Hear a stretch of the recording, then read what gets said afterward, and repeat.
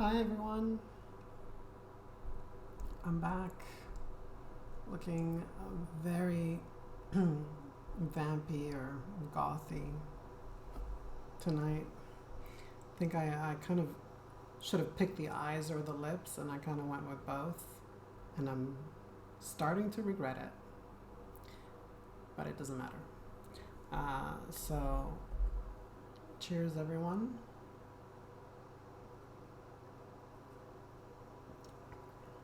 I planned on streaming a little bit earlier, but I had my friend over for dinner. And so it ended up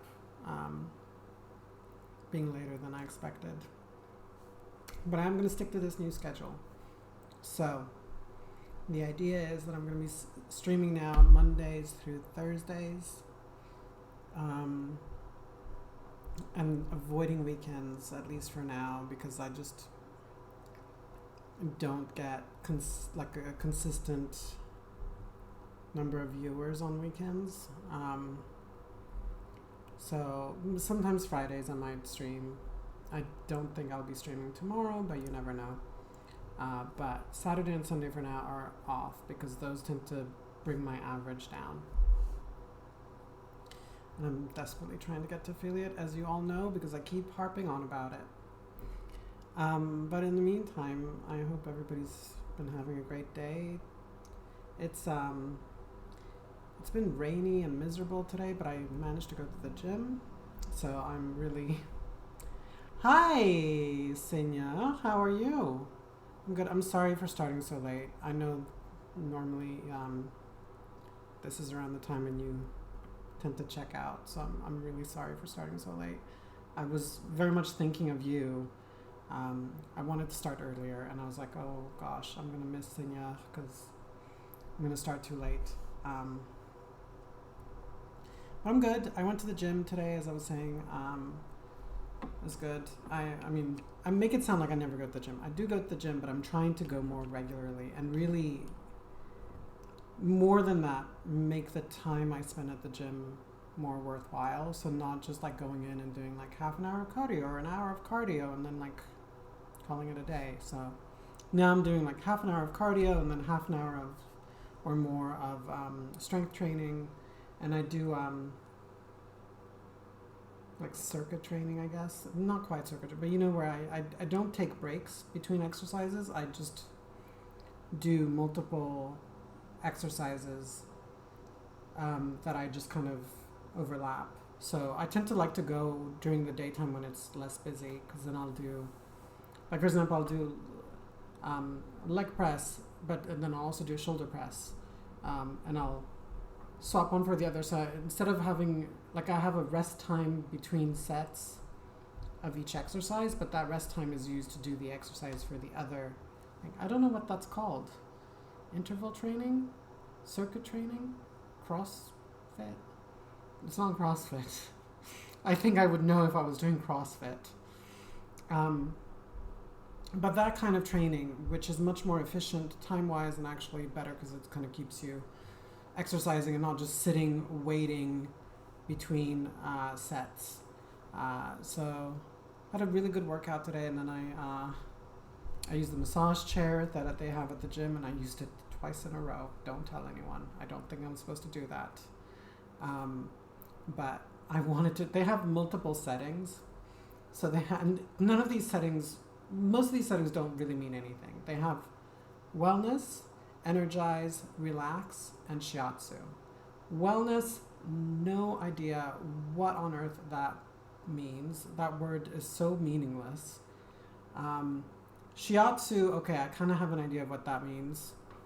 Relax and energize, I'm guessing they're very different. So I've tried everything except energize up until now, and I think I like wellness the most, actually.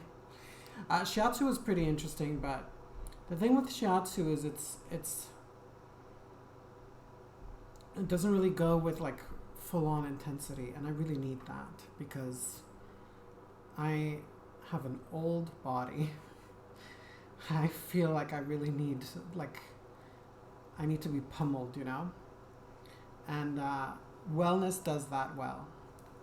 Relax was actually nice too. And not as not as gentle as shiatsu. Shiatsu was actually the has been the most gentle, I feel, for the most part. So anyway, I've been doing that. I enjoy it. It's been good. I really enjoy going to the gym again. I much prefer going to the gym here than I did in Japan. Doing good, just a bit tired. I had a long, boring day. I'm sorry. Well, it's almost the weekend. And I still owe you dinner, which I've not forgotten about. I've just been trying to figure out a good day and time for it. And once I have, I will let you know. So that's most of my news, really. It was rough this morning, though, getting out of bed and getting myself to the gym. I really struggled, but I'm glad I did go, because I almost didn't go. I almost thought, well, I've got my friend coming over for dinner later, and I'm streaming tonight, and I've got this and that. I had like emails to send out, and it was raining, and I was like, oh, you know what? Maybe I should just skip the gym. Really glad I didn't. Don't worry, we'll have many opportunities. Awesome. And the thing I would love to have a gym partner.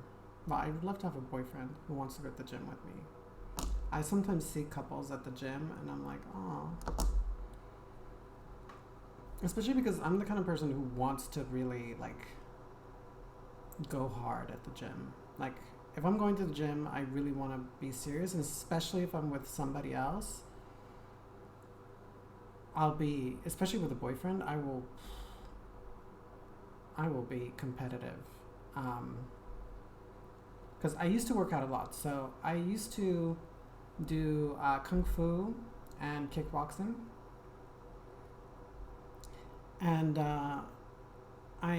when I lived in the UK, I had a personal trainer I would train with once a week. And then I would train like 4 to 5 times a week without the trainer. This included both just gym training, but also like classes.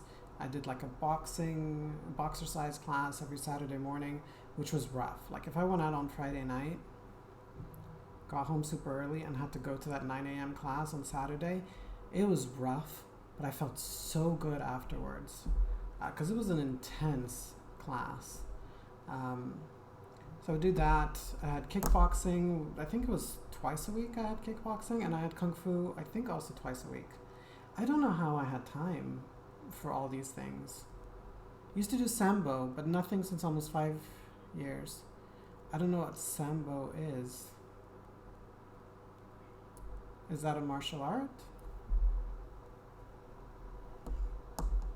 Or is that like a dance or something?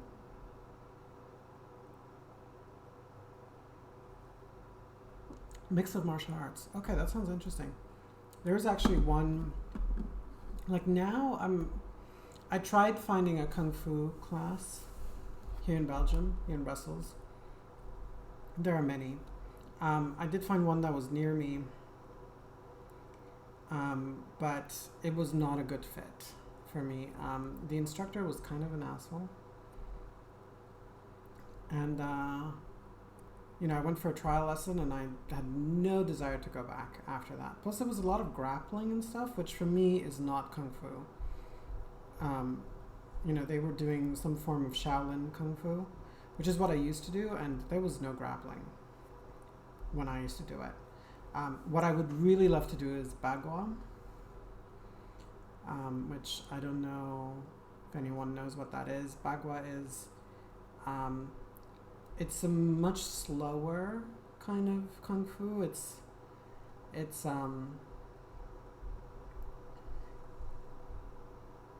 And it's much more solitary in a way, because a lot of it is just doing certain moves in like a certain pattern. I think it translates like 8 trigrams palm or something, but it's a sort of much more peaceful type of kung fu. It's really, really hard to find anyone that teaches it here. It's because it's not as showy as a lot of kung fu that people want to typically learn. But it's really cool. I like it. That's kind of what I want to do. I also want to learn dances. There's a type of traditional Indian dance I really want to learn, but I forgot what it's called.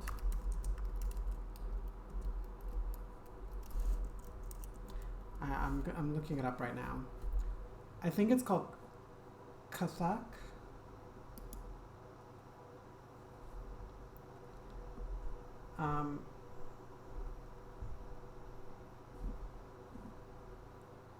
Yeah.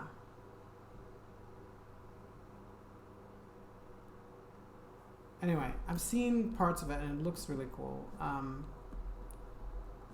I'd love to learn that.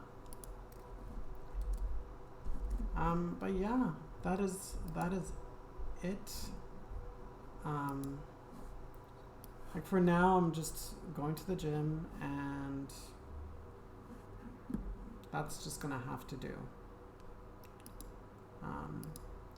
So, I really wanted to do a lot of just chatting tonight, but not a whole lot of people here tonight. And Seigneur, I have a feeling you're going to be telling me good night soon, and I really don't want my last stream of the week to be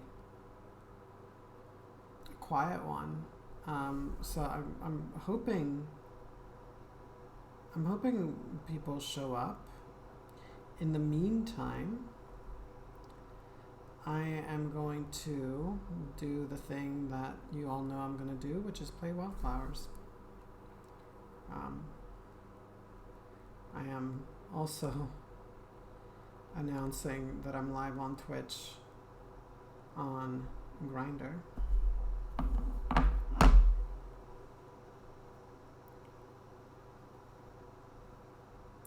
All right. I'll put my headphones in. I hope to, because I hear my bed calling me. No, don't. Please don't. If you go, I might as well just cancel the stream altogether, because it's going to bring my average way down. And my average has just started climbing back up because I had a really good stream yesterday. So I'm really hoping that's not the case.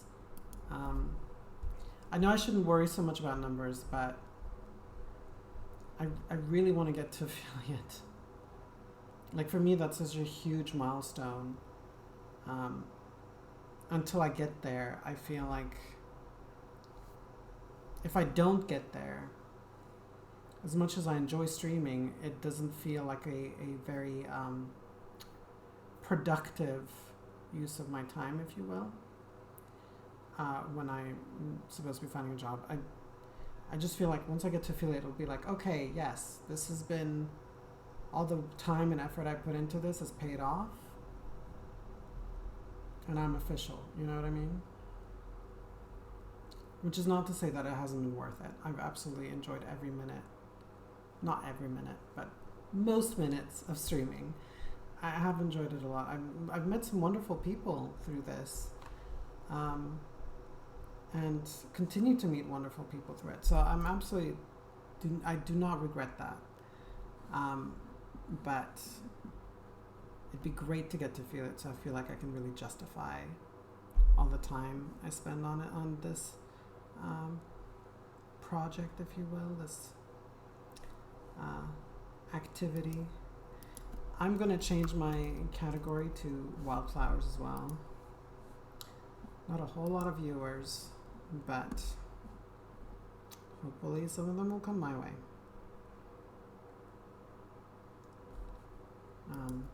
Except I did not switch. Okay, let me try again. There we go. Stream info.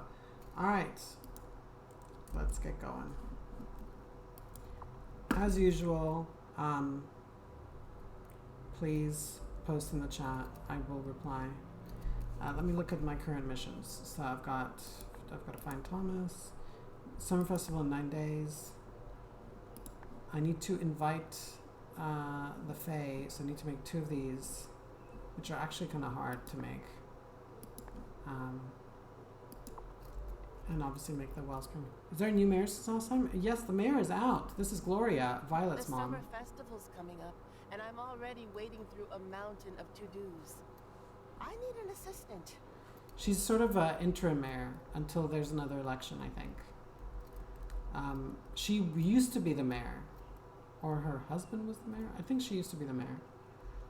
But yeah, Otto is out. Otto and Vanessa, they have left after their shenanigans. So yeah, it's Gloria now. Have you been watching the stream, Sinya? Or are you not paying attention to the game? Because it's been a while. Having said that, I think a lot of the story progression I've either done late after you've left, like after you've gone to bed already, or even on my own, like offline.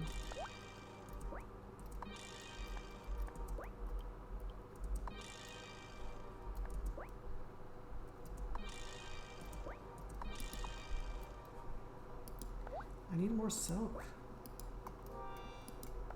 I am not doing great on silk.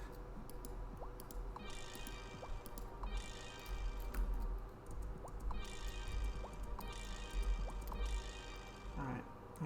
Is there, okay, no, that was the message from before.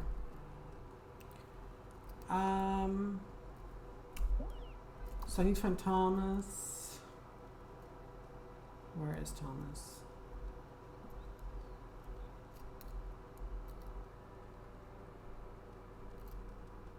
Thomas, not here. Oh, and Thomas is marrying Sophia. Recently, I mostly saw you on The Witcher, and if you play a lot after 10 p.m., I may have missed it. Yeah. Sorry. I only played The Witcher twice. Great to see you're pitching in for the good of the community.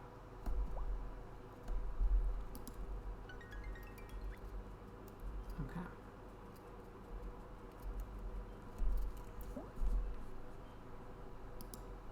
I need to go to the gloaming to get, I need woolweed. I need a lot of that. Woolweed has become like the hottest resource.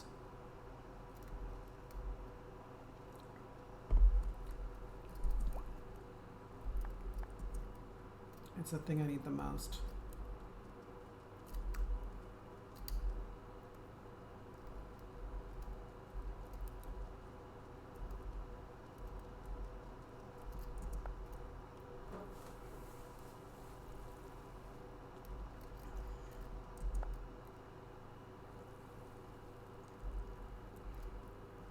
Also, as predicted, Senor, my landlord still, I haven't received any reply to my email about the shower.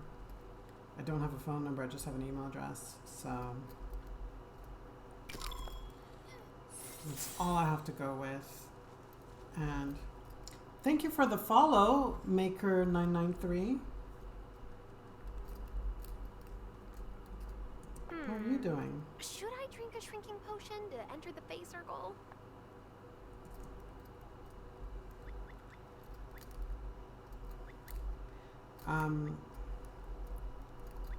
What was I saying?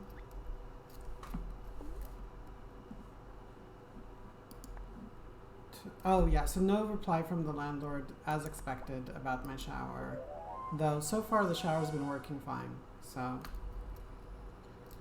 But I also want them to fix the boiler because the boiler keeps making a lot of noise and leaking, and it's just, this whole apartment is just falling apart. So no reply from him, no reply from, well, at this point, I'm just giving up on that guy. I'm kind of sad. So this guy that I went on one date with, that went really, really well. Best date I've had in years. And I really think it was mutual.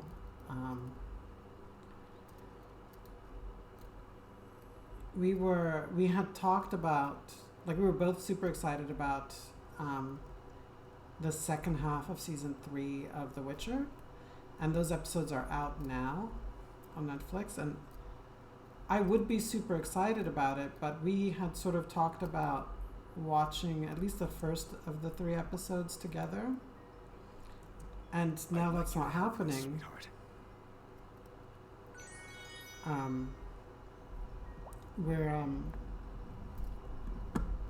So watching those episodes now, it's gonna make me think of him and how, like, things didn't work out and how he's basically kind of ghosting me now.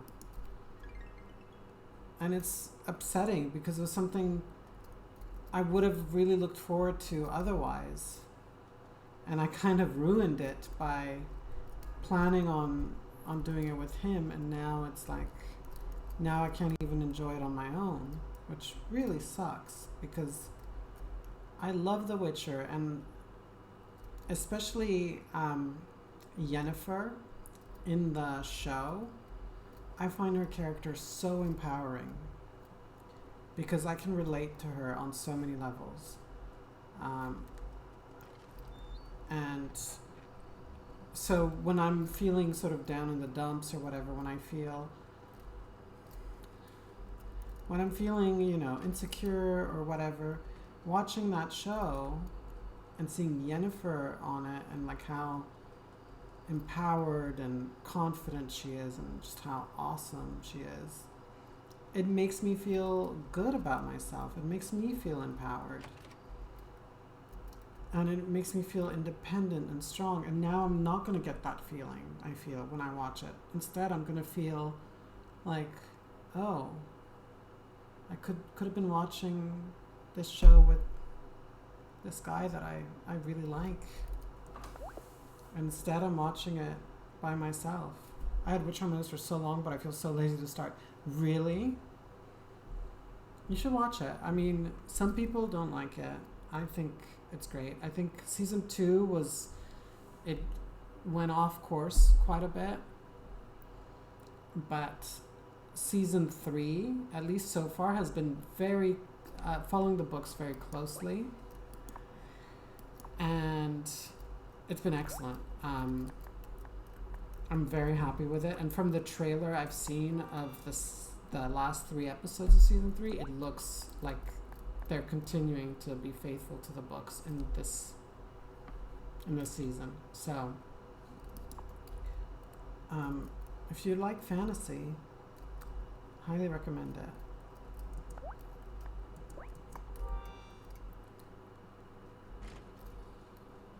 But really, I mainly watched for Yennefer. She's so cool. And I don't want to talk about it too much. If you haven't seen it at all, I don't want to spoil any of it. But very early on in the first season, I think maybe if you watch it, you'll kind of understand why I can relate to Yennefer. Here's the thing. So on that date, we were talking about The Witcher, and one thing I loved is this guy.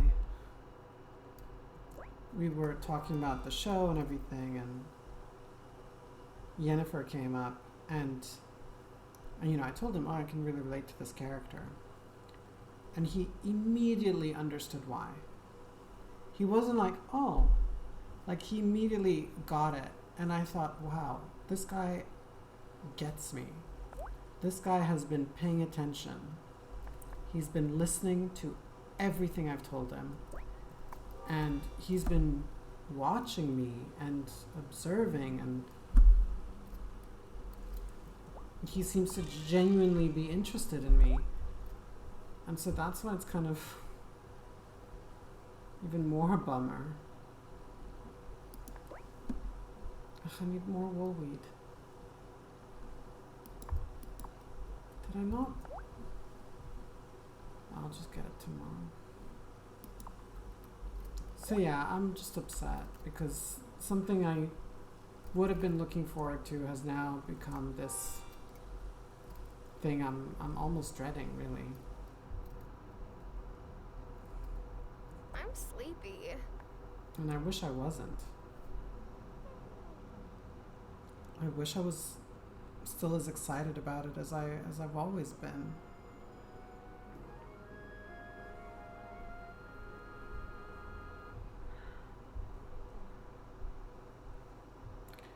Like, it's one thing when you just go on a bad date and then you don't have a second date. That's fine. That happens all the time. It's normal. It just sucks when you have a really good date. And you know you both had a really good date. And then for whatever reason, there's no more dates after that. Even though you talked about more dates. So, yeah, I don't know.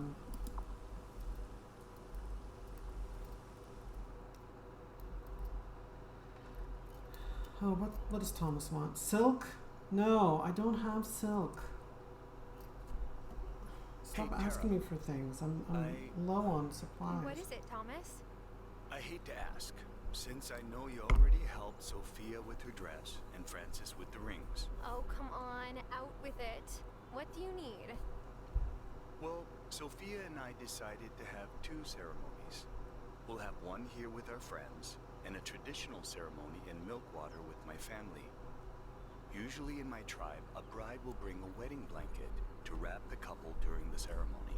But since Sophia is from outside your tribe, you want to provide it. You got it. And my plots are all spoken for with other Oh, tribes. cotton. Cotton I can Any handle. chance you're growing some cotton?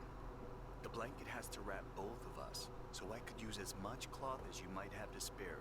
Oh, that's so romantic. Yeah, okay. Here, this will help you get started. Oh, he also needs green silk thread. Okay, but orange and blue cloth I can handle. Thread is more of a problem because I'm really short on silk because I don't have mulberry. Why did I make instant brew powder? That was dumb. It was blue and then orange, was that? Things will go as they should, but I'm confident you'll get a relationship that suits you. You deserve it. See, the thing is, I'm not even like in a rush to get into a relationship. I'm not. I think I give that impression. I would love to be in a relationship. Absolutely. But I am, it's more that I met someone I really liked and I thought we'd have a second date so we could see where it goes, and it's upsetting on 2 levels. It's upsetting because I like the guy and I would love to see him again. Absolutely. But also, it's upsetting because I thought we had a really amazing date. He seemed to feel the same way, and said so. So it's more like, if everything went great, why end things there, you know? It's more of the implication of the fact that I don't have a second date. Don't get me wrong for asking, but isn't it kind of hard to have a date as a trans person? Yes. That's the whole point. You've basically hit the nail on the head. And this is what I was getting at, is that the only reason I can think of that we haven't gone on a second date, that we're not talking right now, is because I'm the first trans woman he's ever been with. And, you know, not that he's not into that, but I think the idea of dating a trans woman like actually dating one, maybe suddenly, he was thinking about that and was like, oh, I don't know if I can do this. And he wouldn't be the first one. And that is my theory, really. But I have no confirmation because he hasn't contacted me at all. He hasn't replied to my last message. And that's ultimately what's upsetting, because it's one thing if he's just not in a dating place, If he's just like, oh, I wasn't ready for things to start happening, blah, blah, blah. That's one thing. That's a him problem, not a me problem, That I can accept. What's harder to accept is the possibility that it's something about me, my being trans, that I can't change. That's making what seems like a good match and a really awesome first date stop there. And that's really upsetting, because then I'm like, if it can't happen with this guy, it's not going to happen at all. I see, I totally get it. I had the same with my ex. We had a few dates, everything was great, and starting from the day after, Houdini's disappearance trick. Yeah, but you're not trans. That's the thing. So I think it's not to diminish your experience at all, but what I'm saying is, like, for you it's more of it probably is her. But for me, I don't know. And it may very well be me. It may be that, it may just be the fact that I'm trans that is stopping him from wanting to pursue things further. And that would be really upsetting, because there is nothing I can do about that.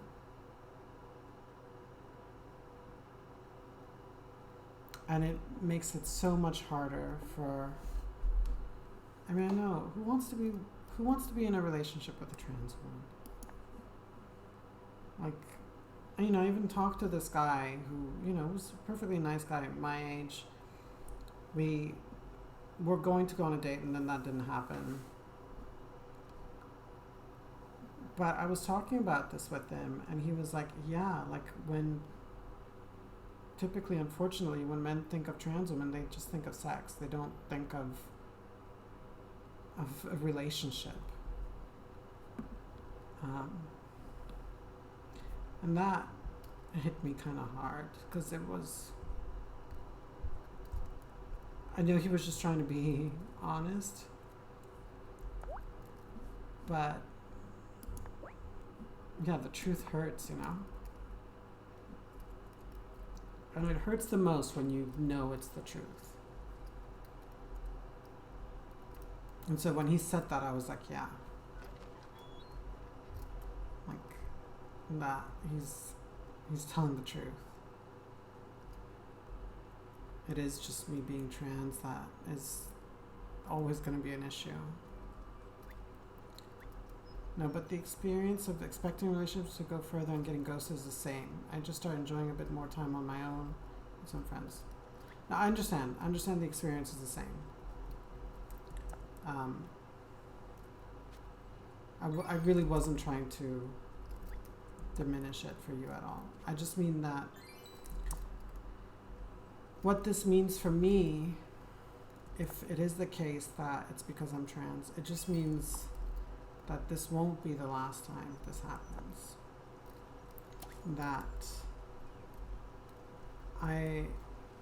That's likely always going to be a stopping point. Anytime I date a cis straight guy, that's always going to be an issue. And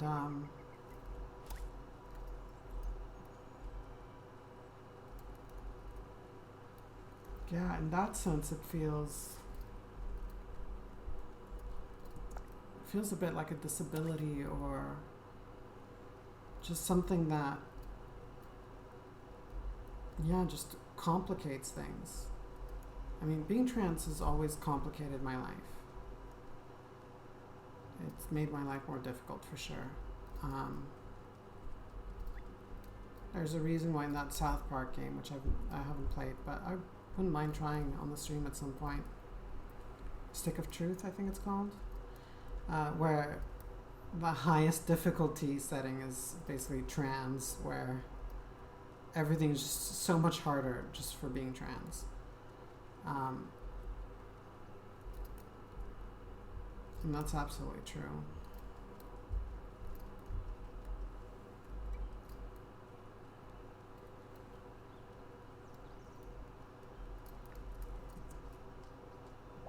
Parker and Lena are back together. Wow. I'm so pleased. Nothing I can do When I about heard it. Parker was staying with Thomas, I felt really guilty. Like maybe I caused their fight. You didn't cause it. But I don't think the League of the Conscious Mind did them any favors. I can't make myself not trans, you know?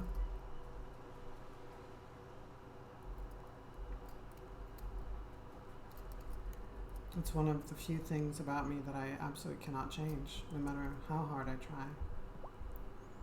Not that I'm trying, but you know what I mean? Hey, Sophia. How's the wedding planning coming along? We've got almost everything ready. The only thing is, Violet's working so hard on the final alterations for my dress that she doesn't have much time for the bouquet.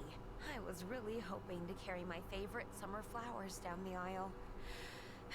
But I could just gather some wildflowers, I guess. Sophia, you're planning 2 weddings. You have enough on your plate. I'll make a bouquet for you. Oh, Tara, you really are the best.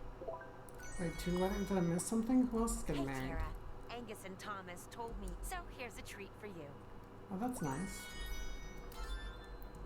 Okay, I need to make a special bouquet. On my side, with my eyes closing, always a pleasure to see you. Have a stream and good night. Oh, good night. I will see you on Monday, I guess. Because I won't be streaming this weekend. So, thank you for watching. Thank you for always being around. Good night. Good luck with work tomorrow and have a lovely weekend.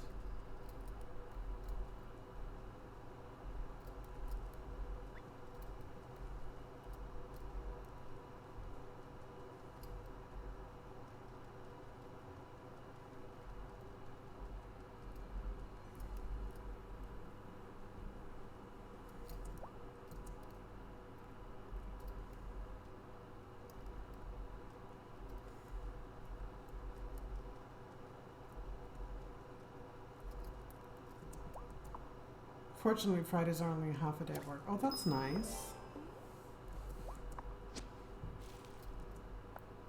I wish I was streaming tomorrow, but I feel like Fridays are very much an iffy day for streaming for me, and like I'd love to just stream every day, but it's counterproductive right now for me to do so. So.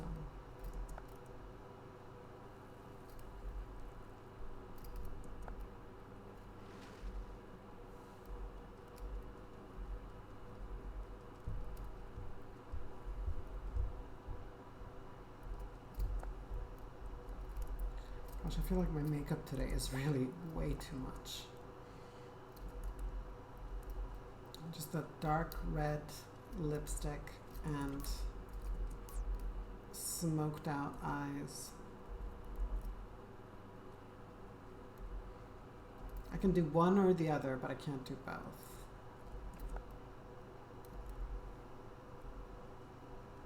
Oh well, now I know.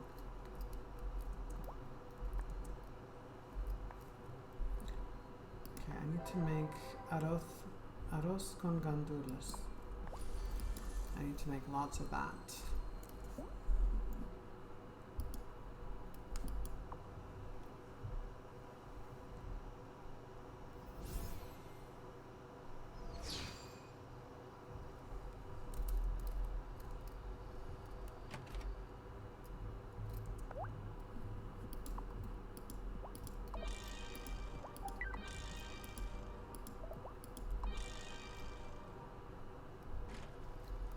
need 2 green silk thread, which I don't know how I'm gonna do that.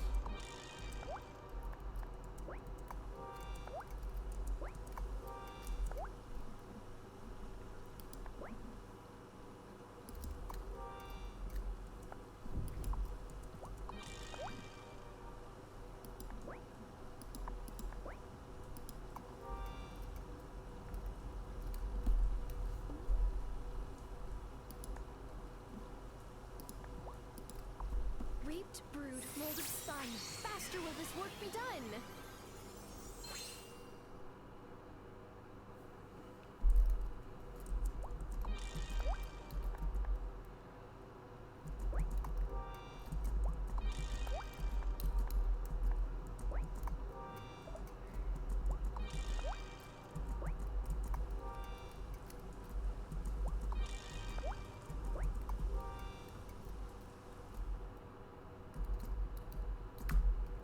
Can I make more of those now? No, I need chili. It's a good thing I've been buying like all the stock every time it shows up, but I feel like I've not been doing that enough.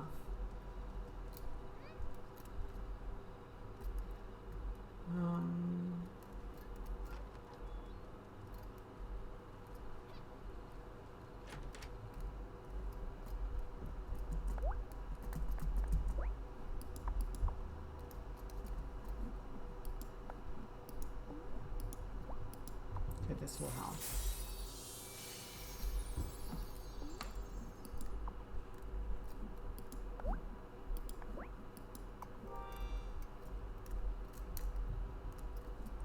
I need to make a bouquet, Sophia's wedding bouquet. There we go.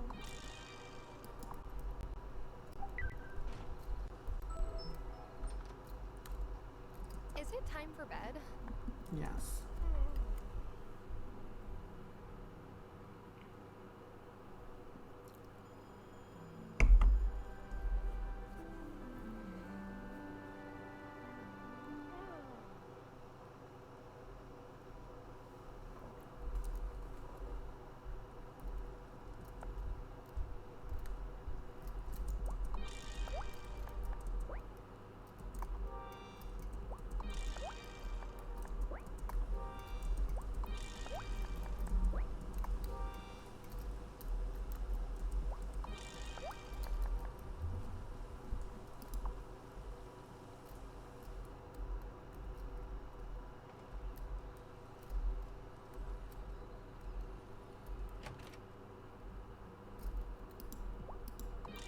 Okay, well that helped. I can make more as well.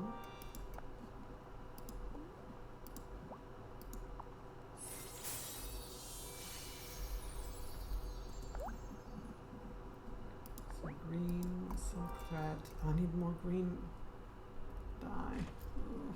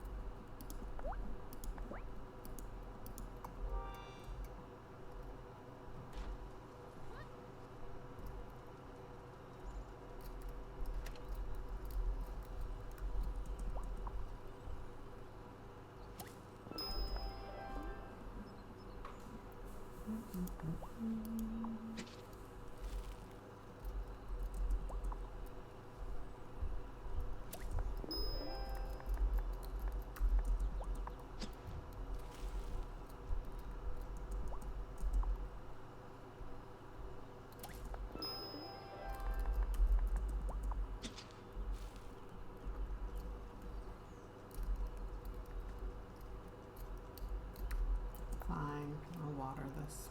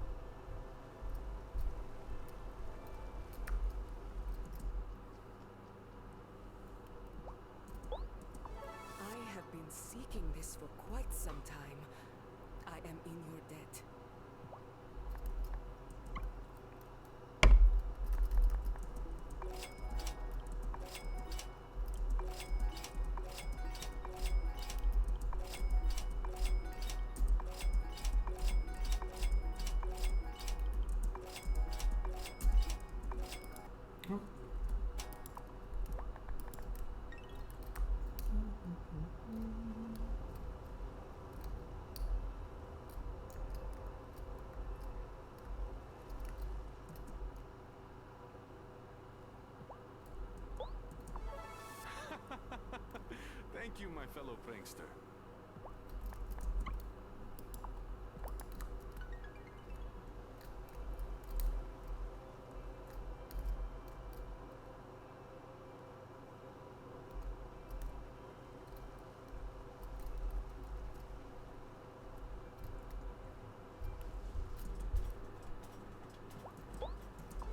Ooh, this'll get my gears turning.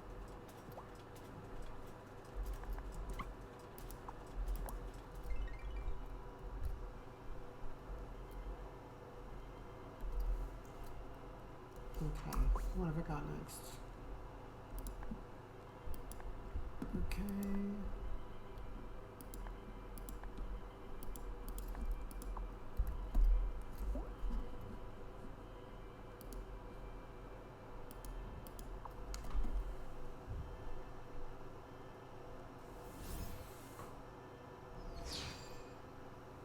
Oh, she's not working. Oh, because it's Saturday.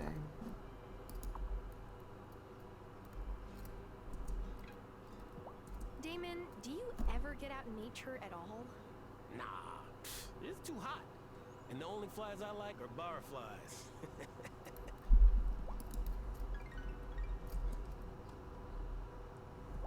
Hey, Juliet. How's it going? Oh, fine. Except you're a witch, I'm a witch, and like half the people in town have been lying to me this whole time. You know, usual stuff.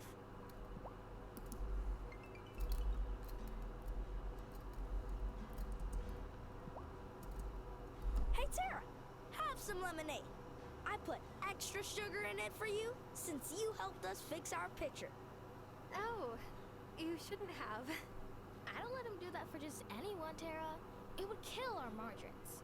Emmy, maybe you should put down that business book sometimes.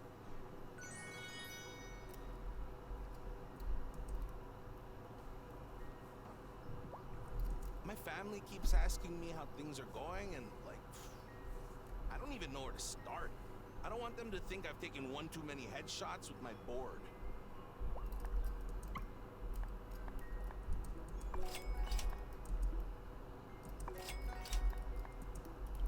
Ooh, lots of these. That's good. I need lots.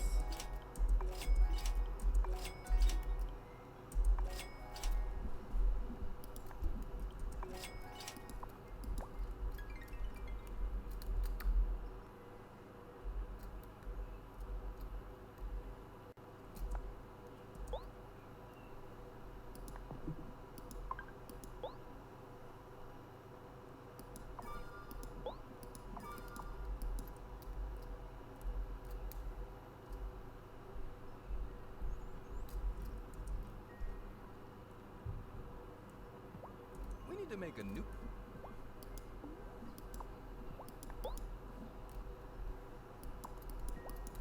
Maybe I need to deliver the card directly to the mailbox. I know I had to do that before.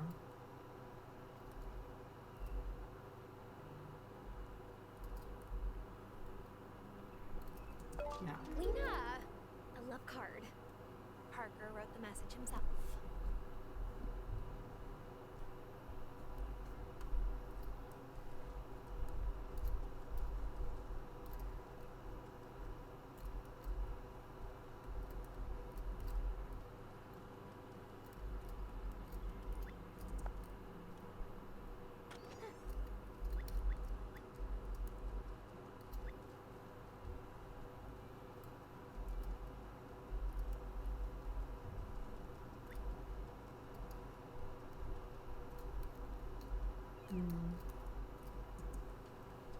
Sebas, that's how I can tell the kid's been hiding something.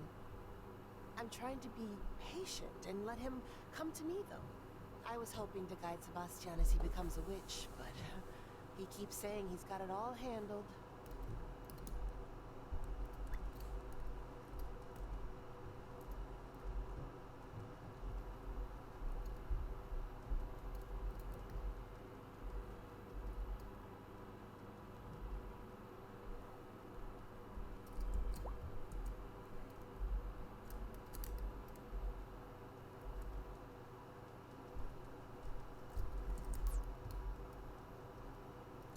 one more woolweed.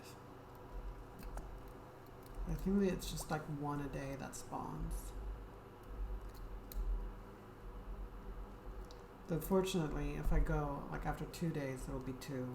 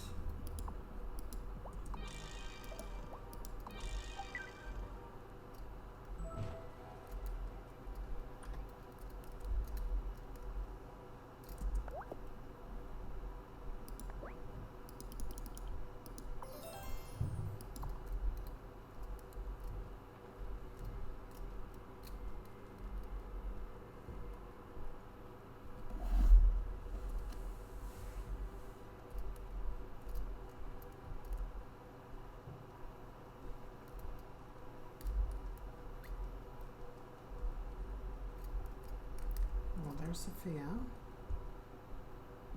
Hey, bride-to-be. Got something for ya. Oh my, they're beautiful. I better go get them in some water right away so that they last until the wedding. And Tara, I have one more thing to ask you. Sure, shoot.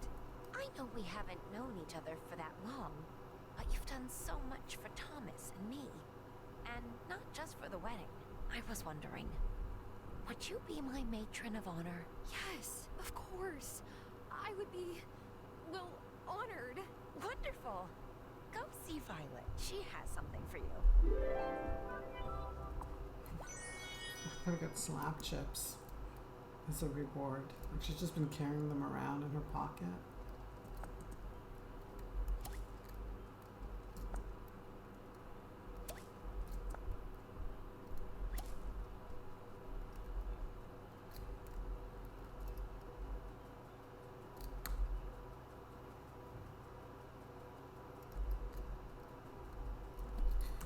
Okay, I don't know where Thomas is. I need to find him.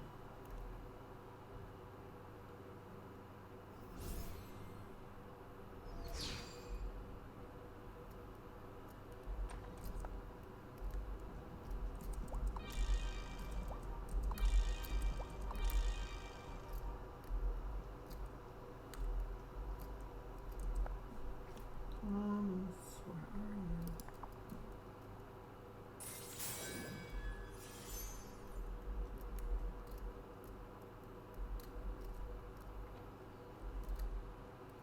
Oh. Oh, please don't make it so that he's at home, because then I can't actually go to him.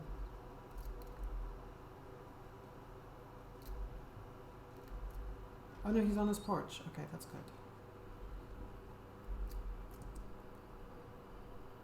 Here's your cloth, Thomas. Thanks.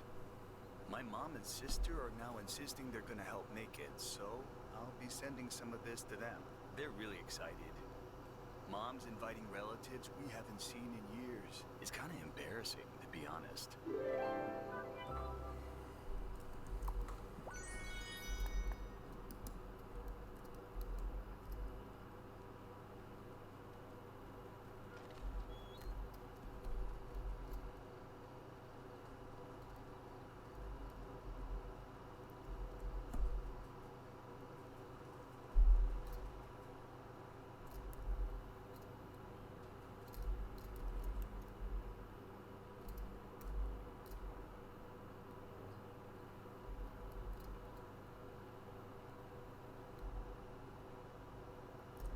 Oh, I delivered your card to Lena, Parker. Hey, thanks. I'm already getting her a bouquet, of course, but not everyone speaks flowers. I didn't know flowers had their own language. Oh, yeah. Like, if you want to secretly tell someone you're disappointed in them, yellow carnations. I'll try to remember that.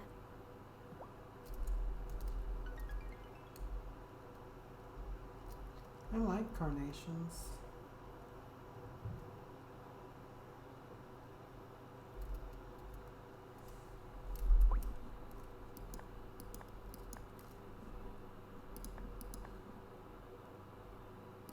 I need more. I need 12 of the arrows gandulas.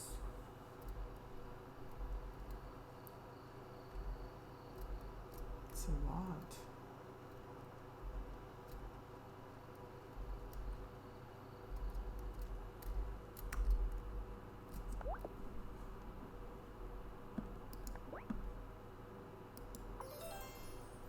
Okay, but I think that's now I have enough.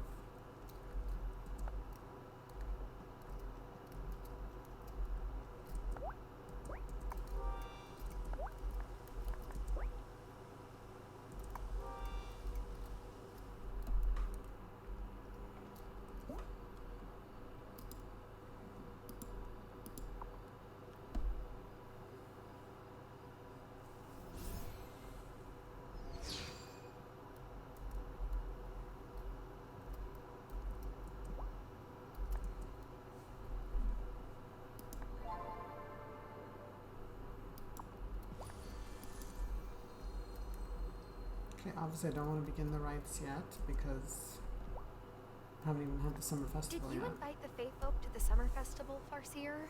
That I did. I think they'll come. You should have your offering ready.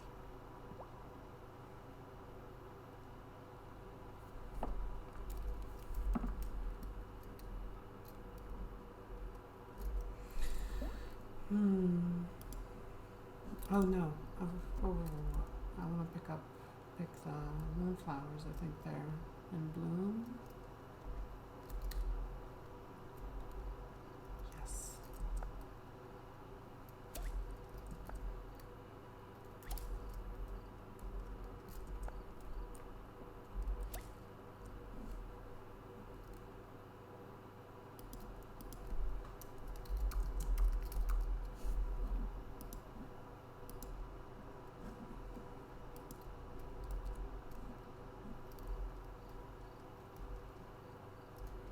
Hi, what is gamer? Good to see you again. I'm guessing it's good afternoon to you. Am I wrong? Glad you're here. It's been a little quiet tonight, which is unfortunate. I was really hoping, since this is my last stream of the week, to kind of go out with a bang, you know? But it's been quiet because I guess it's Thursday night and I started streaming too late.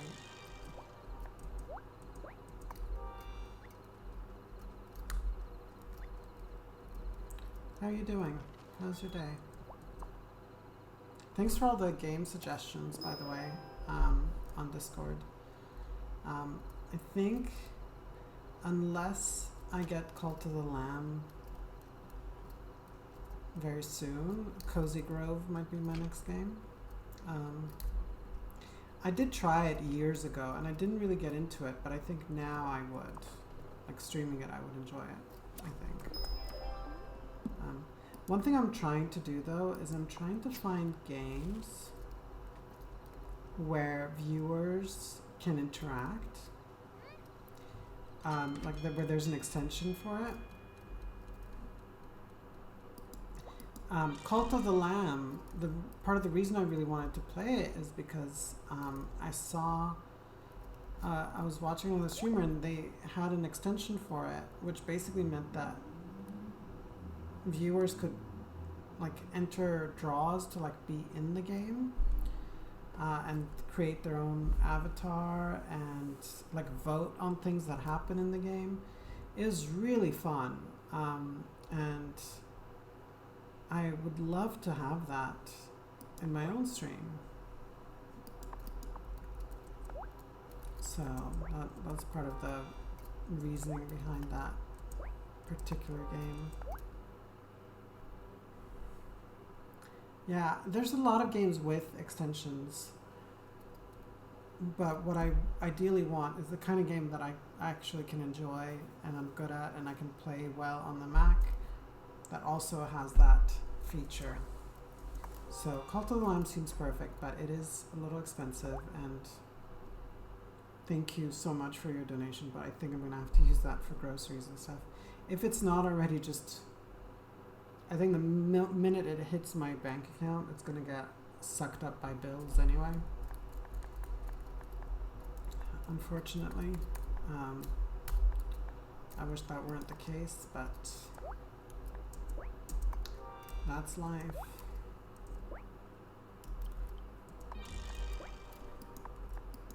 But I really appreciate that donation so much. And I will be getting that game. It might not be for another couple of weeks. But I'll definitely get it. Because it looks so much fun. And hopefully by the time I get it, it'll be on sale.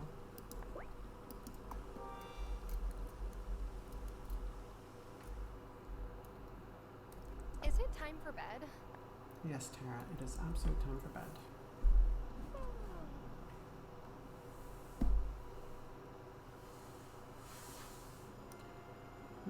Not required, I simply enjoy watching the stream. Thank you.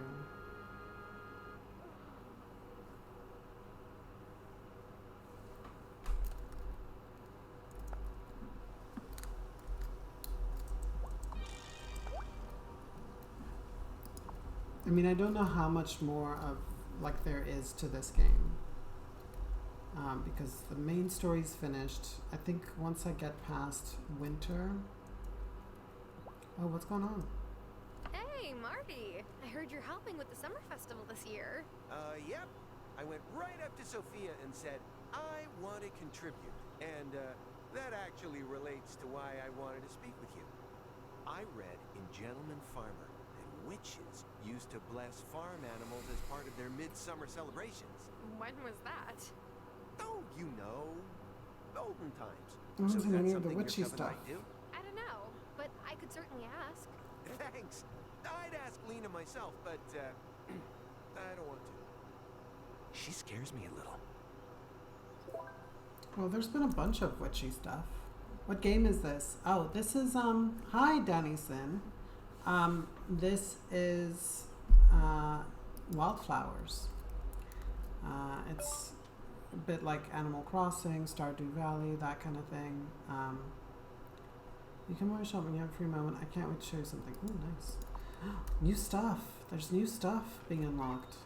So it's very much like Stardew Valley, but you're also a witch. Which, you know,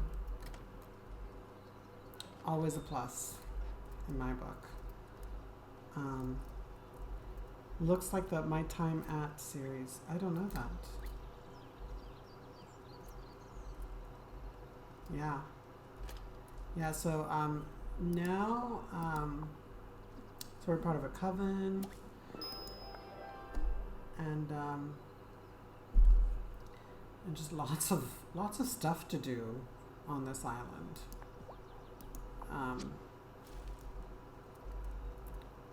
Witchy and non-witchy alike. A lot of farming, and we're also responsible for turning the seasons, because the seasons don't switch spontaneously on this island. You have to perform a ritual with the coven, and I have now been promoted to keeper of the seasons, I think, or keeper of the wheel. That's it, keeper of the wheel.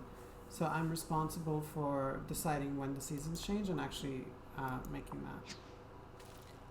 On Steam, if you're interested, check out My Time at Portia or My Time at Sandrock. I'll check those out. Thank you. I just had a bunch of suggestions for games on my Discord server. And yeah, I love this kind of game, so I will definitely check those out. My Time at Portia and My Time at Sandrock. I'm gonna very quickly make a note, so I don't forget.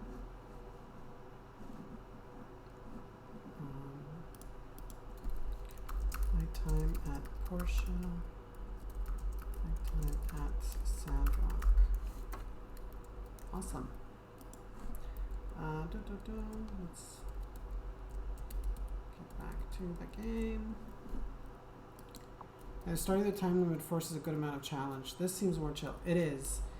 To be fair, I was playing it on relaxed time before, which made the whole game so much easier. Now I'm playing it on normal, and I very quickly tend to run out of time to do stuff in a day. But I finished the main story, so there isn't as much to do now. The farm mostly runs itself. I've married the man of my dreams. Everything is wonderful. Okay, that's cool. You can change that. Change what? The man of my dreams? Oh, the time. Yeah, the passage of time. You can. It's basically like a difficulty setting. Like you can have it on relaxed, normal, or challenging. I will say the difference between relaxed and normal is very significant. I really wish there was a setting that was between the two. Challenging is just, I only ever use that when I actually want to actively skip time because it's way too fast otherwise. But yeah, it's in the menu. You see in the settings, day speed, normal, relaxed, challenging. I will say this game, I'm one of those hard mode peeps. Yeah, if you want to go on challenging, it will be a challenging game for sure. Because there are certain things that are missable. There are events that... Okay, cool. Thank you for lurking. Just remember to mute the browser tab and not the stream. Because if you mute the stream, then it won't count as a view. But thank you. Yeah, what is gamer? On challenging mode, like it's actually easy to miss certain optional events that are time sensitive in the game. So there's definitely an element of challenge there. Even on relaxed mode, I ended up missing some events.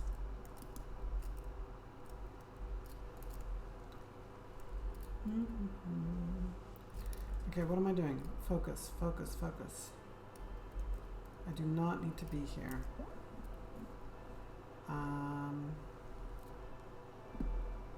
Violet. Violet wanted to talk to me. I think there's the blessing. Oh, Violet, why did you call me to your shop and then the shop is closed? Well, you have to talk to the right person at the right time sort of thing. Yes, there's a bunch of those where you have to figure out where they're going to be because like certain events are triggered. Also, Sweet the High Priestess. Okay. There are some events where you have to make something in time for an event that's going to be happening. And if you don't gather the resources or are able to make the item in time, then you won't have it. So you're going to miss out on something. But it's optional stuff. Like you can't, I don't think that you can lose the game, you know. Though I still don't know if there's different endings and stuff. I mean, I know you can marry different characters. There's, I think, 7 romanceable characters in this. Which seems like a lot. That can't be right.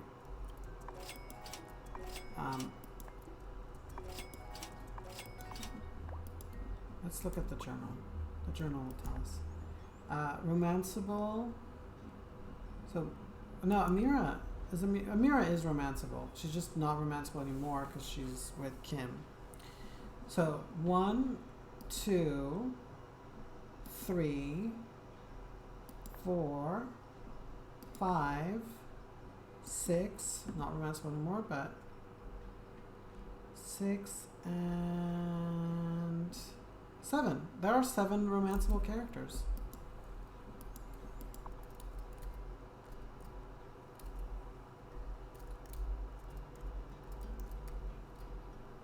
which is quite a lot actually.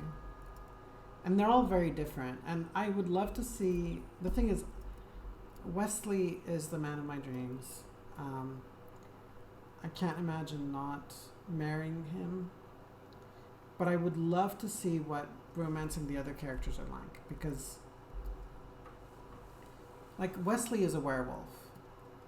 Spoiler alert. Not big a spoiler. It's pretty obvious.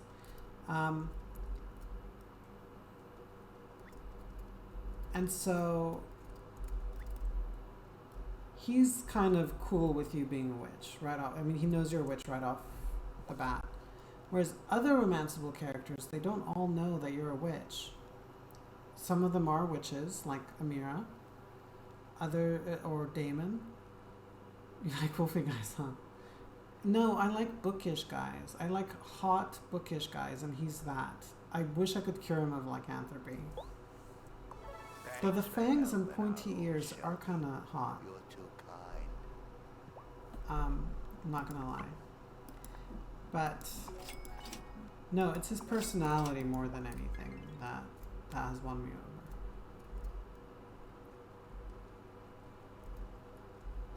Grr.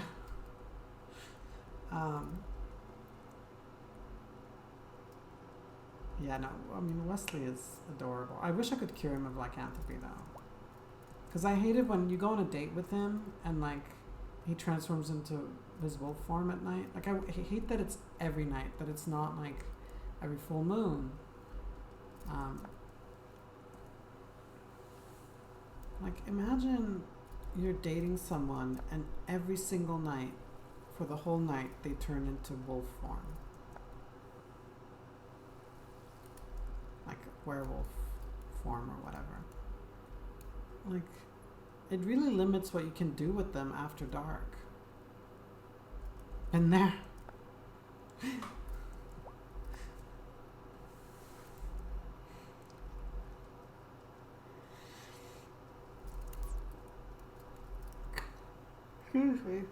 When you say been there, you mean you or your partner? Who's the werewolf?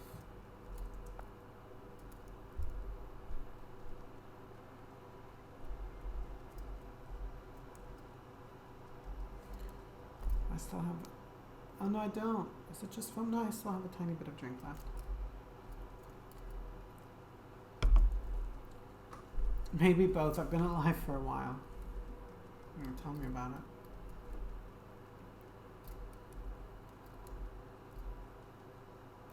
This morning I was really feeling my age. I had a hard time getting out of bed. Okay, she's open. She's not open on Monday. Why did you send me an invite to your store and you're not even open until like Tuesday?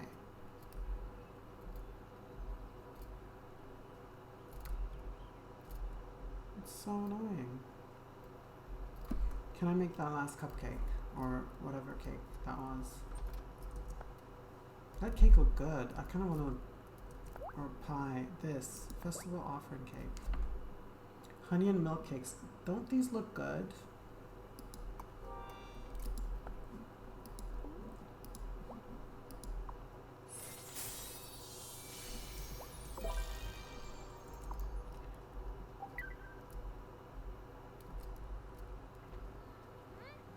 I want to learn all these things. I wish they had a cookbook for this game. I already looked up Persian love cake, and I'm gonna learn how to make it. You don't care who ends up the Summertide Star this year. Although the ego boost when you're picked is always a bonus. Well, here's the thing. Food, it's not just food that looks amazing in games nowadays. I mean, games in general look amazing.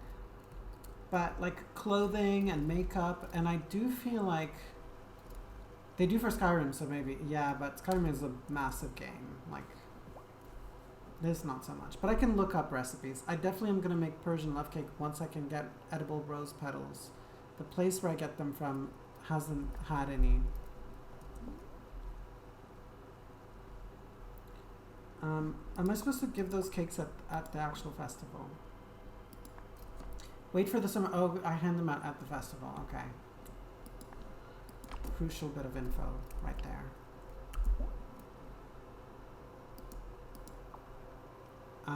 And there's a Witcher cookbook coming out, which I'm definitely gonna get.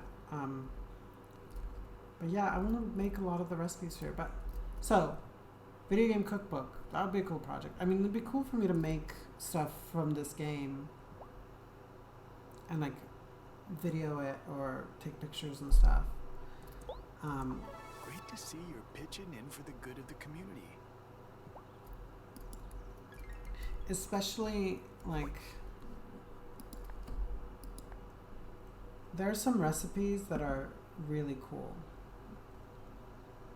that I've not like heard of before. Like some of these are not, like golupsi, that sounds interesting. And that sounds a little bit like dolma.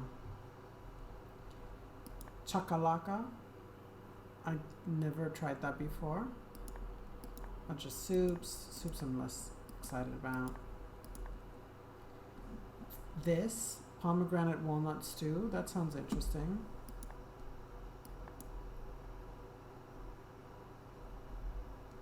Oh, what is this? I haven't discovered this recipe yet. I thought I discovered all the recipes. This sounds amazing. Deep fried potato dumpling in a soft roll? Yes, please. Or this, pav bhaji. I haven't had Indian food in so long. I think the last time I had Indian food was actually in Japan. We use the Skyrim cookbook for D&D sessions. You do? Oh, so you play D&D as well.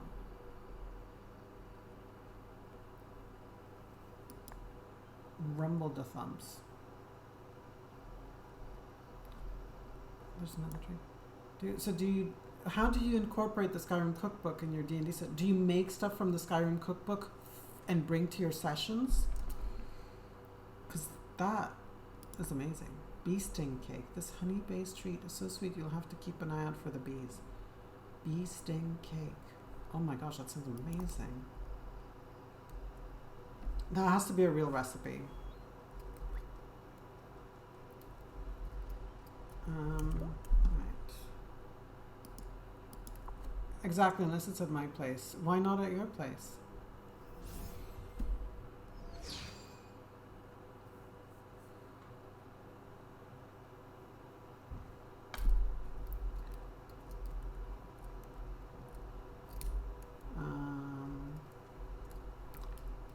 Gotta wait for everybody to get here. Because then I make the spread. And you don't make from the Skyrim cookbook? What do you make for your spread usually? Thanks for helping Vi with the Bramblegate, Terra. I get it's about keeping the whole coven safe, but it's like, it's a real load off to know my mom and sis are more protected than they were before. All this magic stuff can be cool, but I worry about them, you know? No problem, Sebastian. We all look out Just make more. where we can. Always. See, we always, when we play D&D, I have two groups I play D&D with. A local group, and then we play at my place, and I DM those sessions. And usually I just let them bring whatever snacks they want, but I always DM it at my place. And as a DM, I don't really have a whole lot of time to snack. So I just have my own little private stash behind my DM screen. And then I have another group that I play online with on Discord. We play at like 6 a.m. because one of them's in Seattle, one of them's in Japan, and the other one's in Germany. So it's 6 a.m. my time. And then I just basically get a croissant or something the day before, and I have it as my breakfast while playing D&D. But that sounds awesome, like making a proper spread and like food from Skyrim. That's awesome. I'd love to do that. And it's also my local group is just 2 players, so it's not a very big group. I want to get more players for my group. Well, playing online was kind of something I started during COVID, and then I ended up moving here, and one of the players was already in the US, so we kind of played online as a necessity. But I like playing in person a lot. The nice thing about online, so I'm going to switch to just chatting for a little bit. One of the nice things about playing online is it feels a little less effort. You know, you just show up. It's kind of like working from home, you know? It's, you just go to your computer and you don't have to deal with like preparing for people to show up or like going somewhere. You don't have to worry about snacks except for yourself.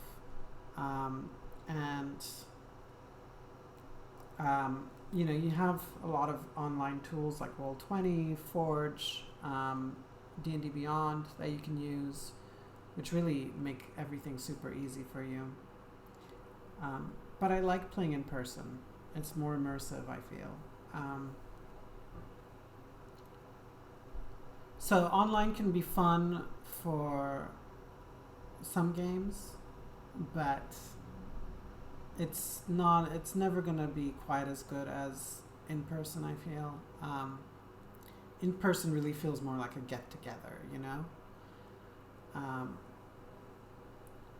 But it's more effort. It's more work. But yeah, I haven't had a D&D session in a while. I was supposed to run a game last week, and I canceled because I was having a really difficult week and I just could not wrap my head around DMing on that day.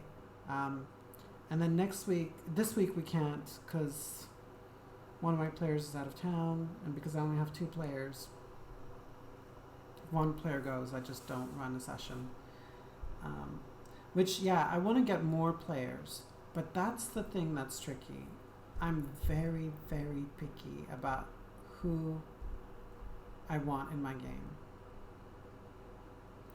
Because the wrong person can really kill the vibe and can just make the whole thing a chore. And if you don't know someone to invite, then if you're just looking for people online, hold an audition. I mean, kinda. That's kind of what I want to do, but I mean, I can post. There's like a D&D in Brussels group on Facebook. I can post on there. I've actually responded to ads on there because I was thinking I can join another group, and if I like players from there, I can invite them to join my game as well. But I did not make the cut. To be fair, one of them, I don't even know if it ended up happening. And the other one, they did get back to me. They just said they went in order of people responding, and I responded too late, which is not the way I would go about it. I would 100% be like, give me your credentials and let's do a little video call or something so I can, you know, get your vibe. Because for me, it's really important that the whole group gels with D&D. Because it's a huge time investment for everyone involved. Tabletop RPGs are not really a casual hobby, you know? They can be, but if you're playing regularly, it's hi Dennison, welcome back. We were talking about D&D. Yeah, playing a D&D regularly, it's a big investment, it's a big commitment, and how much fun everybody has is partially dependent on how well the group gels. And so I really want to make sure that all the players I have in my group get along and they have a similar play style, or they're trying to get the same thing out of the experience. And so yeah, I want to get another player or 2, but yeah, I'm probably gonna just post an ad because it's just, I don't know enough people in Brussels yet, and I don't know enough people who are into D&D that I like. or that I feel like would be good players, then they have to be English speakers because we play in English. I've met some people who are really cool, but they're French speakers, not English speakers. Yeah, but I love D&D. It's awesome. Honestly, if I could play only one game for the rest of my life, it would just be D&D.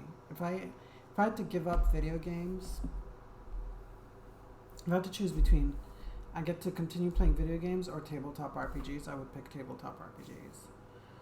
Because I am a bit of an extrovert. I love video games. But I've made so many great friends through D&D and Vampire the Masquerade. That's a common problem, not having a group to play with. You can find them. You're in the US, right? So pretty much anywhere in the US, I feel you can find a group. I used to play in Provo, Utah. And they're pretty anti-D&D there. So you just have to find a game store. There's sometimes they put ads up on there, like they have like a notice board or something, or sometimes you can ask the owners. Sometimes they play games at the store. You meet some awesome people through D&D. You can just look online as well. Meetup is an app you can use. I've used that in the past. It's not terribly hard to find a group. But then making sure that the group gets along, that's the tricky part. But eventually, you start playing, get to know some people. Maybe you don't mesh with everybody, but then you'll make a couple of friends, and then with them you might start a different campaign. Until you have a group that really just works well together. But D&D is awesome. Absolutely awesome. In the future, once I get to affiliate, I would totally be down with doing a subscriber only one shot through Discord, having a raffle or something, and just picking subscribers who want to sign up, obviously, and then running a session on Discord with them. I think that'd be really cool. I would love to do that, but that's something I really want to do once I get to affiliate. And I want to be able to offer those kinds of really one-of-a-kind rewards to subscribers. But I'm a long way away from that. Still. Getting there. Alright, let's talk about blessing animals, because that sounds cool. Lena, Marty asked me about a midsummer animal blessing ritual. Is that a thing? Yes. Animal blessings are part of many Coven summer traditions. My ma would do them for farmers in the summer, back when folks would still welcome us to their villages. Here's her incantation. It can only be performed when the days are at their longest, mind you. Also, only during the summer.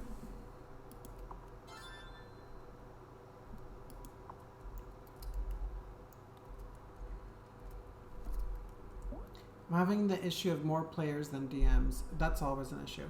I used to be terrified of DMing. I used to think I'm never going to be able to do that until I found a group I really loved, and I really wanted to play Vampire the Masquerade with them. It's one of my favorite tabletop RPGs. And they'd never played it, so I was like, oh, well, I guess I'm going to have to DM if I want them to play this game. And the thing that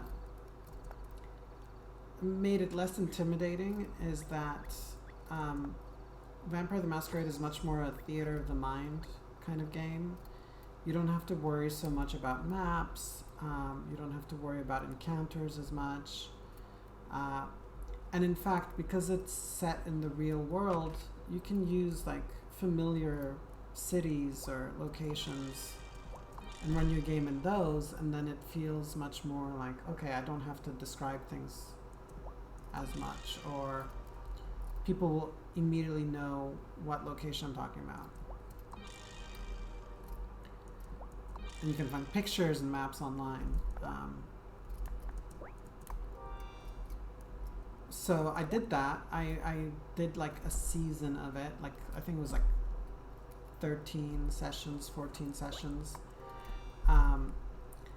It was so much fun. I enjoyed it so much that then I was like, okay, I want to DM more. And so now I'm running a D&D campaign that is... So one of the 80s and 90s games I love is Quest for Glory. What is Gamer? Maybe you're familiar with it.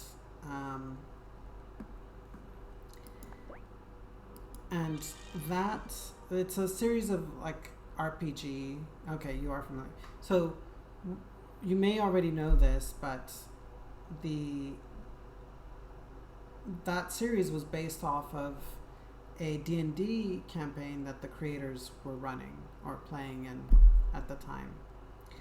And so I love those games so much.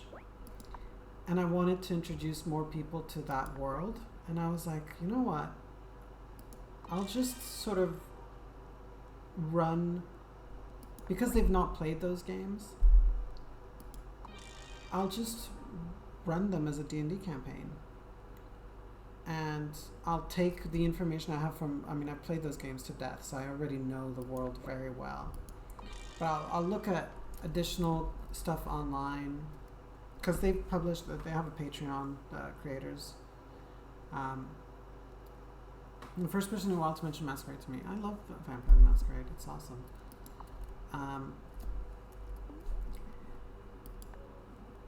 But yeah, so the campaign, the D&D campaign I'm running is based off of Quest for Glory games, and right now we're playing the first game, which is in like a pseudo Germany setting, and the nice thing about playing in an existing setting like a video game that I'm very familiar with is I already know the world. I know the encounters, I know the NPCs, but I also have been able to take some liberties with it, create new characters and new plot lines, and also because my players have created original characters that aren't part of the game world, I've tried to connect them into it, and it's just been a blast. The players love it. I love it. Am I ready for bed? And I can't wait to get to the next game in the series. Like, they're about 2/3 of the way into the story of the first game. Thank you. Well, I think the key to being a good DM is caring a lot about the setting and the world, the game in general, but also caring that your players are really invested in that world. I've met DMs who are much more interested in just telling a story, and the players are kind of there to basically hear that story or be a part of that story, but they're not active players in that story, if that makes sense. They're not changing the story at all. They're not shaping it in any way. Whereas I've been trying to let my players, especially when I played Vampire the Masquerade, when I DM'd that was my first time DMing. I had a very specific story I wanted to get to say, and at times I did sort of railroad my players a little bit too much, I feel. And now with this campaign, I'm trying not to do that at all. And it's been great because I don't know why I'm looking at my menu.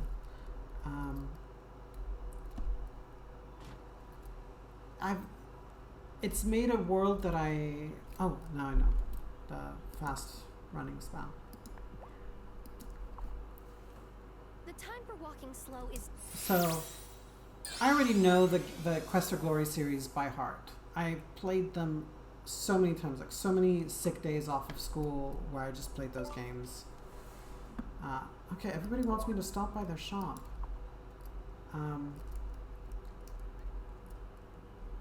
And so when my players do something unexpected that's not part of the script, you know, for me that's really exciting because suddenly I have to improvise and create new stuff within this world. And it means that I'm exploring the world for the first time just the way they are. And that was a really unexpected thing when I started DMing in this setting. So absolutely love it.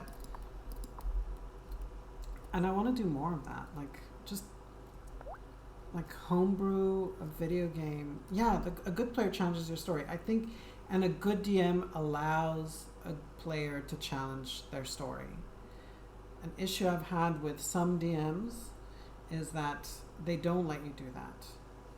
They are so determined for things to unfold in a specific way that even if you surprise them, they will then, after the fact, redirect things back to what they wanted to do, which kind of sucks because it feels like your choices as a player are empty. It's like playing a video game, like like Life is Strange or whatever, and then just feeling like none of your choices actually matter.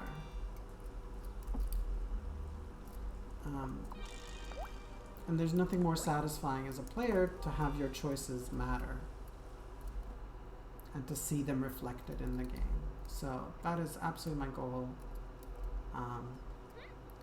And yeah, I'm so happy with how it's been going.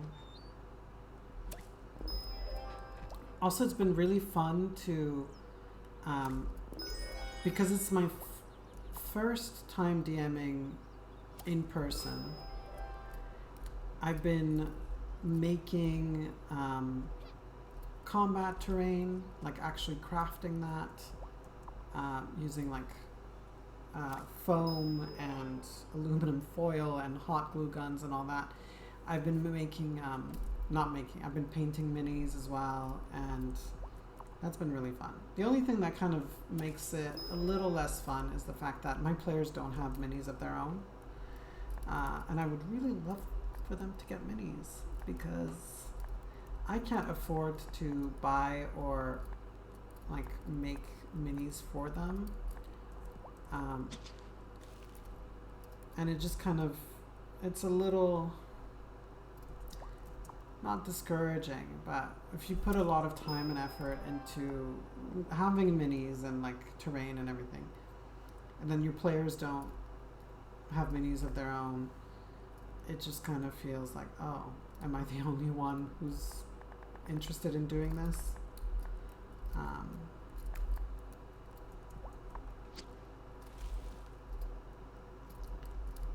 But I still enjoy it. I just kind of wish they had minis. If I could afford to, I would absolutely make them minis. Or like get them gift cards for like Dwarven Forge or something where they can design their own minis and have them 3D printed. But right now I can barely afford to buy food, so I'm not gonna spend like $50 or whatever on minis for them.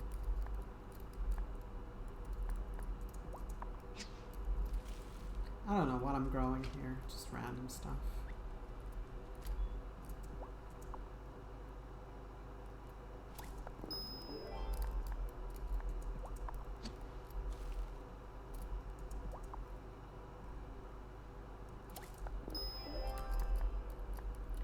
Those minis you painted look super cool. Thank you. Actually, I didn't show all of them. There's one I'm particularly proud of. It's a NPC that I created that's like an original character that's not part of the games. I created because I have just a 2-player group. I wanted them to have NPCs that they can, if they want to, they can invite along for encounters and stuff. Also because I'm that kind of DM who doesn't mind being in the game too. I know a lot of people don't like that, but I try to never let it affect what the players want to do. And I always give them the choice. Like, you don't have to bring this character with you. It's up to you. But if you want this character, then they're available for you to bring with them. With your characters. And what am I doing? Going to the shops.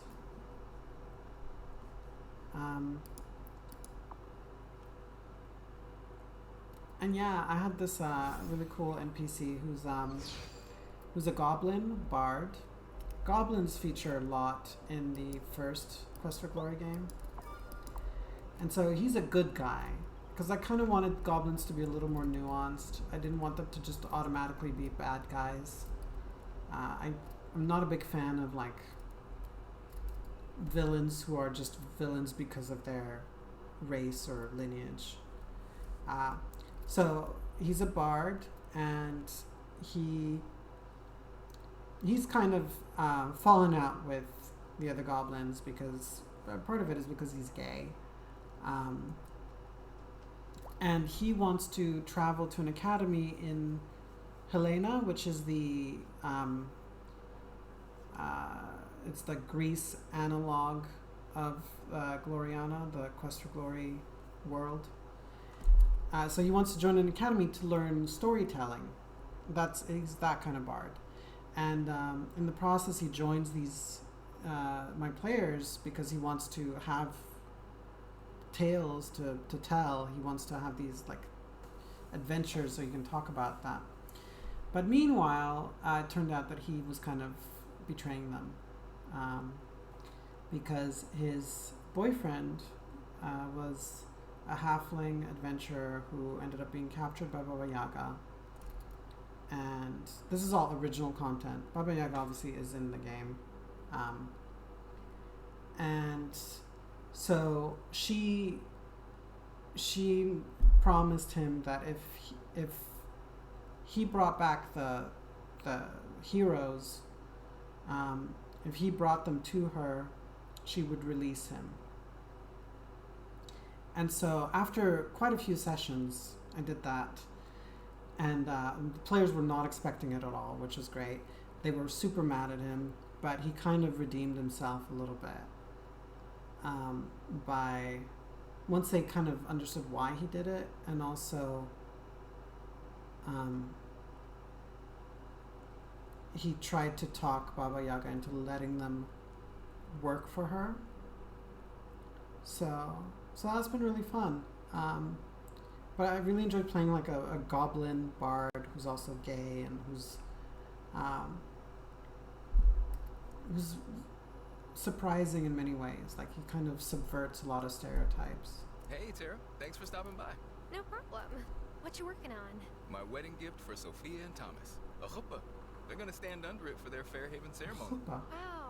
That sounds like a really meaningful gift, Parker. I could use some help sourcing the wood and some silk fabric to drape on top of it. Leave it to me. Thanks. You know, I never thought I'd say it, but Thomas and I have really become friends. I want to help make their day special. Well, that's sweet. Silk. Why silk? Could you not have asked for just cotton? Why silk?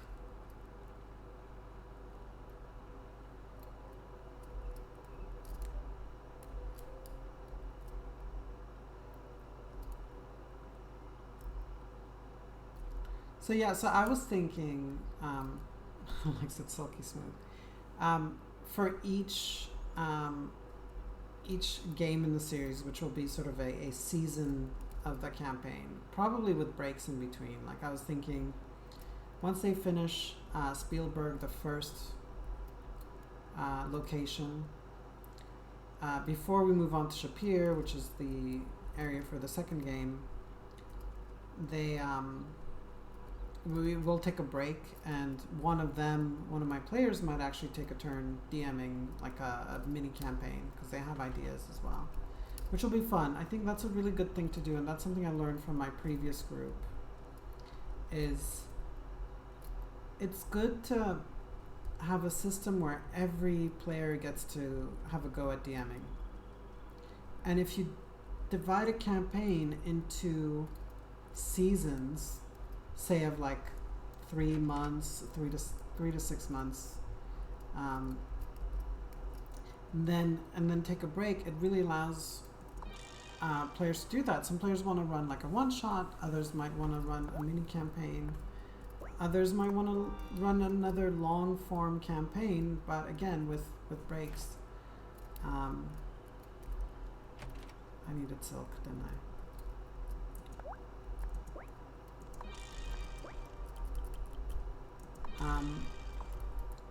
So something I highly recommend doing, because when every player gets a chance to DM, not only is it fun for everybody, but also it oh wait, I want to give you something. No, I don't want to give you something? Oh no, I already gave it to you. I've lost my trail of thought. When every player gets the DM, they start appreciating the DM's role a lot more, and the whole group ends up working a lot better together.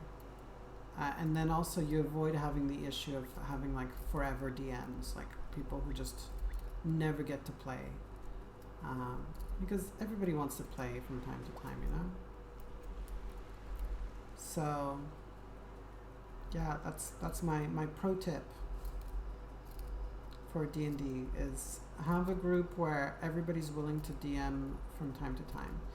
I mean, they don't have to. You don't have to force them to, but it kind of happened organically with our group, where everybody has ideas that they want to run, and so they're like, oh, can I run a campaign? But if you kind of foster that attitude, people will do it.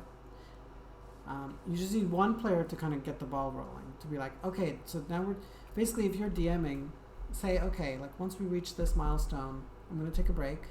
If one of you guys wants to run a one shot or a mini campaign, please go ahead and do so. And chances are someone may actually want to do that. Will this wood work for Sophia and Thomas's chuppah? Ooh, look at the grain. This is going to look perfect standing up in Thomas's farm. Wait, they're not having the wedding in the woods? No, not a chance. I can see it. Thanks for this, Tara. I'm going to get right to work on it. Current campaign is based around being the best thieves guild in a giant city. As the DM, I'm the shadow man in the basement. Only time I get to play alone. Oh, that's awesome. I love the sound of that campaign, actually. Love to play in that. Yeah, I mean, I know a lot of people have an issue with DM insert NPCs or DM PCs or whatever they call them. But my players need it because it's just 2 players. Once we get a 3rd player, I probably will not be doing that as much, if at all. Bro, there's no other way to say it. You crushed this, like smoked it. Ho ho ho, mahalo.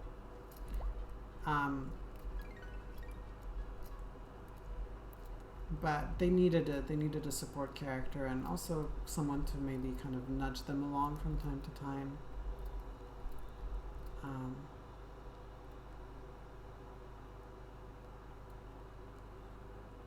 Yeah, like that they want to DM, or that they're okay with me having an NPC in the game.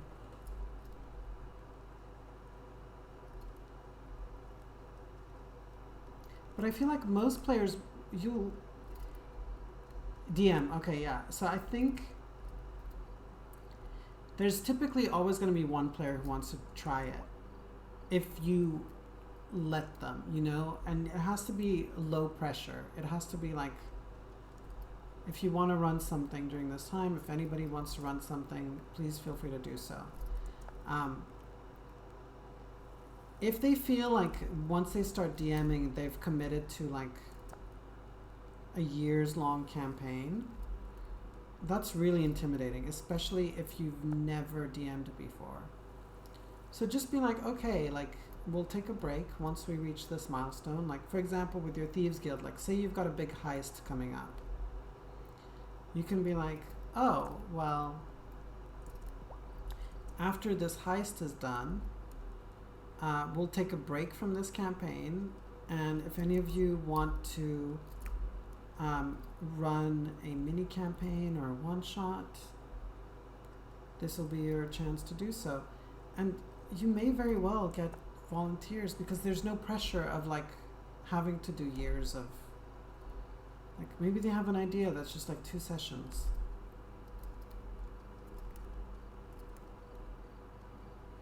Because that's the most intimidating thing about DMing, is the idea that you've committed to like years of like one campaign, and once you're a DM you can never not be a DM.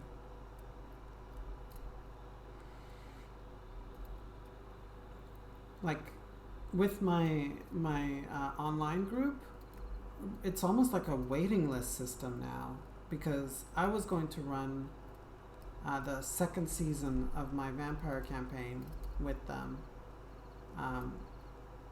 after we just finished the third season of one of our campaigns. And another player had another idea for a very short campaign, and we were like, okay, it's his turn, and then we'll do mine after. And we also did a 2-shot that another player ran. So now it's more of a case of like everybody wants to DM. So you'll be surprised, I hope. Pleasantly surprised.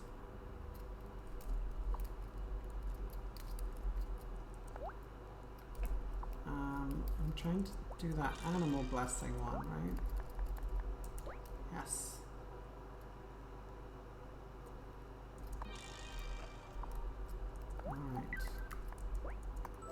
Alright. It's annoying that this is a yearly one. Like, I really am annoyed when they add new content to this game, but then it's like single-use spells, or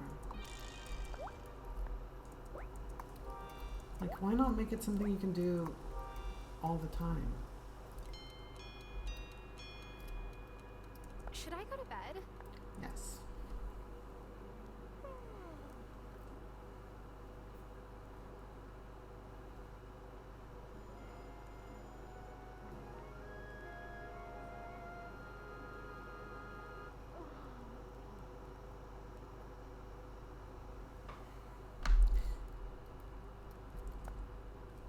So I think yesterday or the day before I was talking about that character I've been working on. I think it was yesterday, because I was working on this character yesterday, I believe. I don't know if you were there for that, What is Gamer. Oh, sorry. But a lot of the characters that I create for D&D are really symbolic of whatever I'm going through in that period, or sort of a change I'm going through, or something about myself that I want to develop or change. So I'm really excited about this new character I created, who's an Aasimar Divine Soul Sorcerer. Never played Divine Soul Sorcerer or an Aasimar before, and I'm super excited. It's not my forte, but could I help around the farm? We're a team, and I want to do what I can to support you. It'd really make my day if you could water the plants. I'm on it, sweetheart. I mean, I have a robot for this purpose, but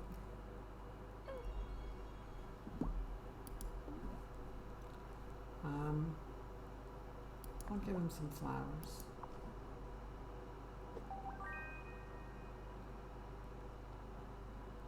It's incredible how vibrant autumn colors are. I very much Well, appreciate the that was a thoughtfulness, summer Tara. bouquet, not an autumn bouquet, but those colors were a little autumnal.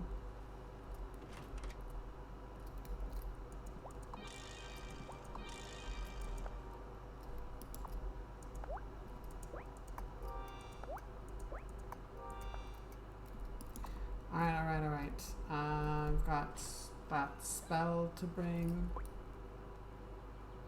to the High Priestess. Okay, so that's at nighttime.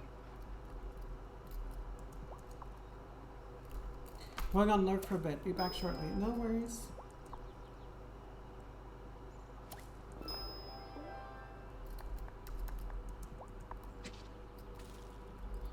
Actually, this might be the perfect opportunity for me to take a quick bathroom break as well. So I'm gonna do that now.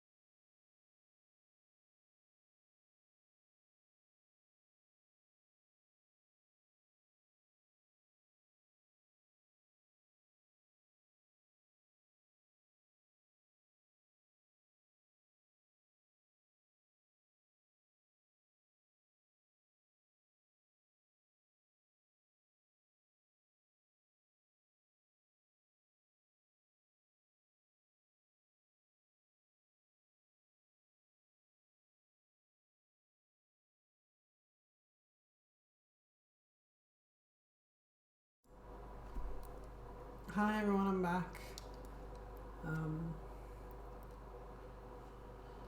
It was good to take a break. I noticed that recently I have not been taking breaks when I've been streaming.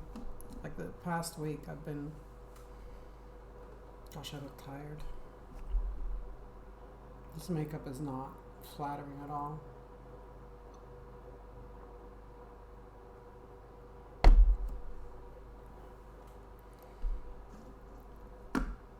But yeah, I was saying I've not been taking breaks while streaming, and I should take breaks.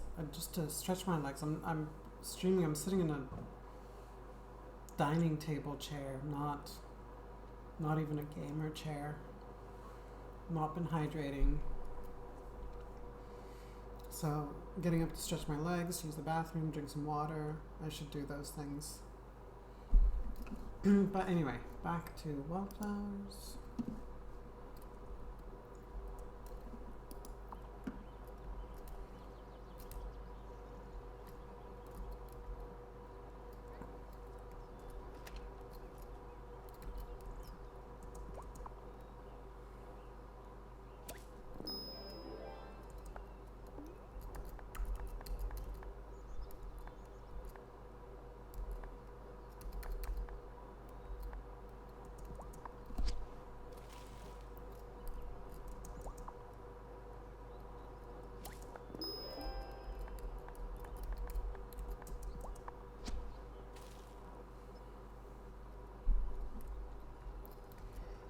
Alright, I think, yeah, potatoes ready to harvest.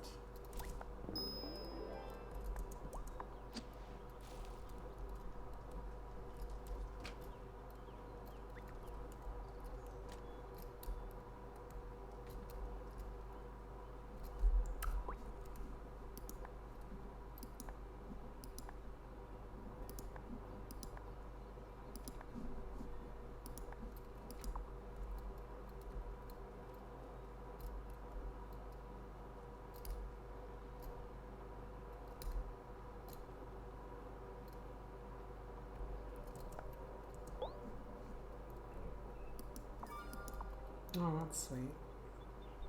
I like making the notes because it's not just something you craft and then bring to the person, but then you have to deliver it to the mailbox and then tell them about it. And that's a really nice thing they've added to the game.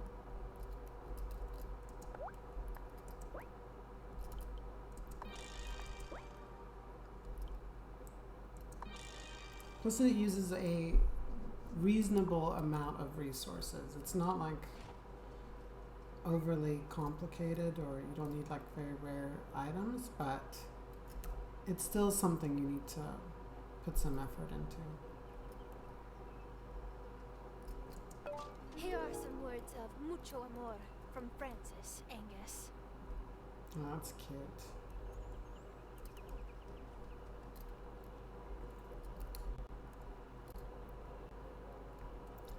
Oh, Violet's got her store open, great.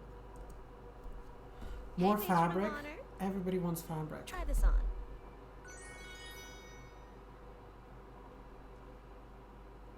Oh, that's cute. Violet, It's stunning. Thought so. You're going to look so good standing up next to Sophia. How much is it? Girl, be serious. This one's on the house. Now I better not catch you doing farm chores in that number. Save it for Sophia's big day. Okay, well, we'll change out of it then.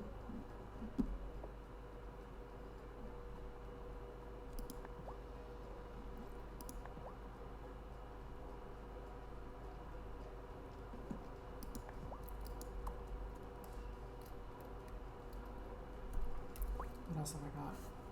Okay.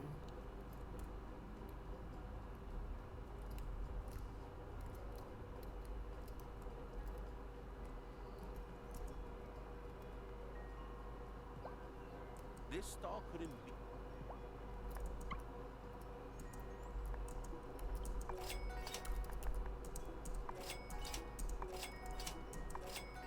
By the way, if you're new to the stream, I'm just popping in, I have my category set to just chatting right now. but I am playing. But if you post in the chat, I will chat. So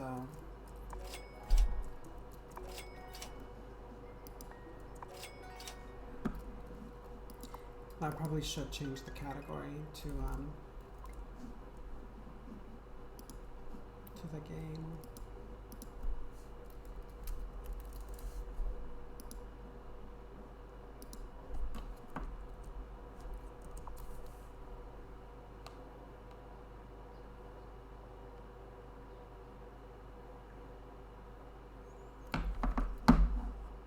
So weird. Tonight is Thursday, but it really feels like Friday. I delivered your card to Angus, Francis. Thanks. I don't really believe in greeting card holidays, but it will not surprise you to learn that Angus really, really does. You might want to stay away from the bakery for a few days. Angus is in mad scientist mode again. But it'll be hard for him to top the time he tried making sourdough eclairs.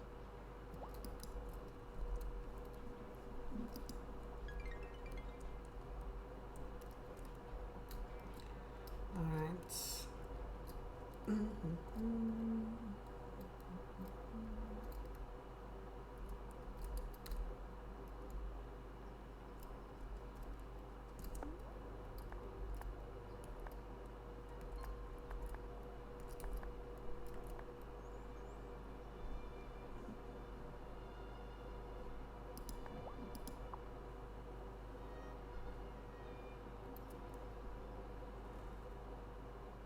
Grandma, guess who's been flirting? Natalia and Marty. I never would have thought to pair them up myself, but attraction works in mysterious ways. I'm happy for Natalia. She's been wanting companionship for a long time now. I love these little updates to Grandma. I love that every week you still go to Grandma's grave and like catch her up on all the town gossip.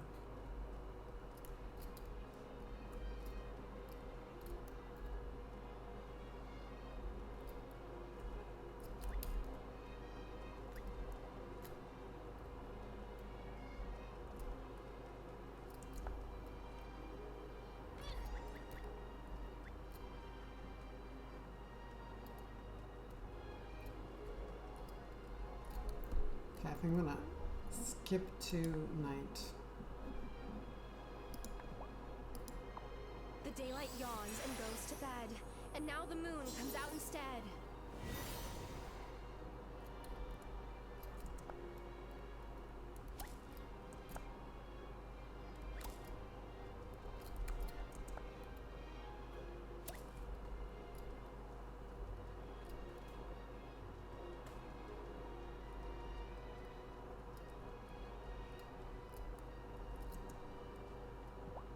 I have the incantation for the animal blessing ritual, High Priestess. Hold on to it. This incantation is more potent when performed in full sun. Let's all meet at Marty's farm tomorrow during the day. Oh, nice. Ritual during the daytime and on location. That's a new thing. And exciting.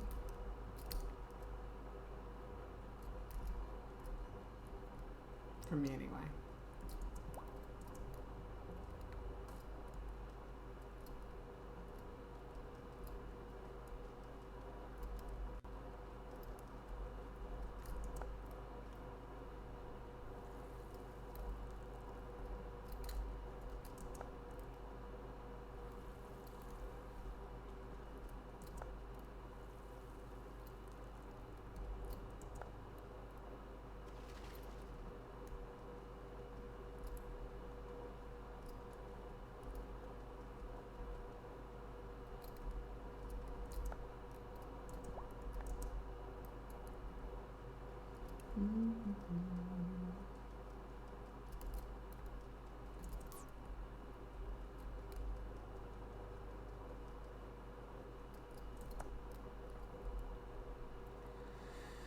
Alright, what else is on my quest log?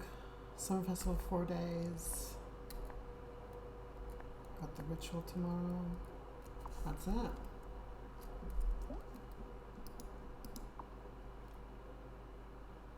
Better get ready for that ritual then.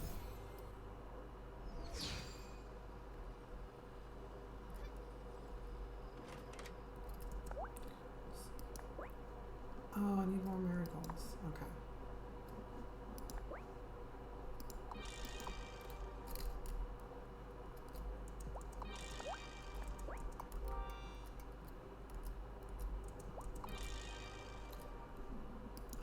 Can we craft any more outfits?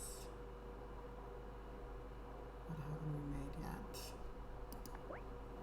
Black silk, yellow silk, thread, okay.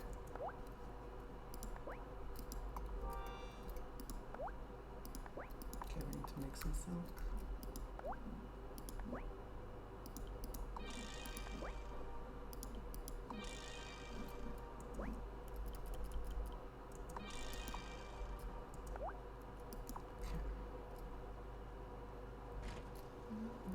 Oh wait, I need to actually dye the silk.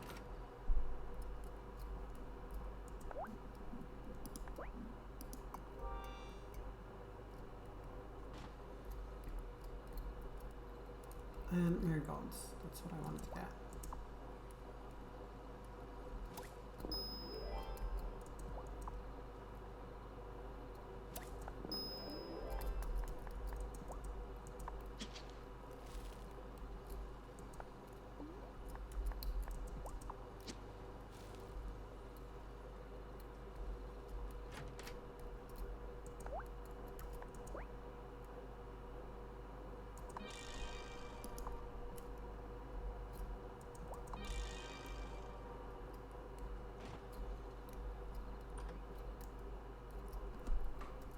Let's pick an outfit for the ritual tomorrow.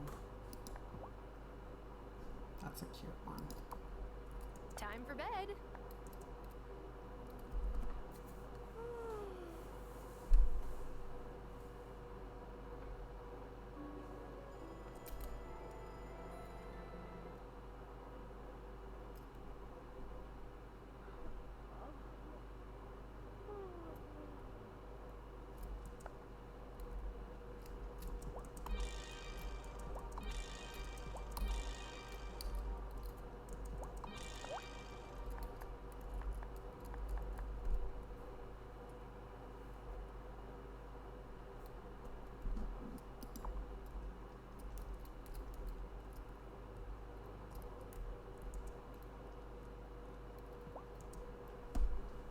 This is for you, sweetheart. I hope you like it. Aww. Oh, I love that spell. Thank you.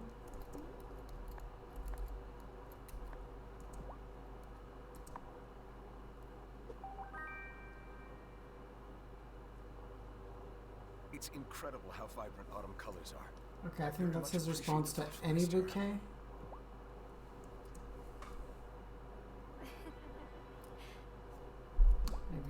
Maybe he's hinting that that's the bouquet he wants. Hi, Tara. There's a bunch of folks in cloaks and masks at my ranch. Does that mean the animal blessing is ready? Yes. Let's head over to your place. Sure. You take the lead.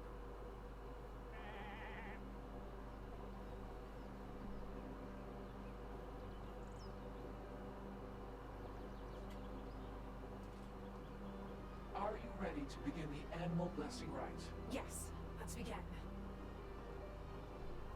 As the sun rises from the east, we cast this charm on friendly beasts. Should they fall ill, or should they roam, may they be well and come back home.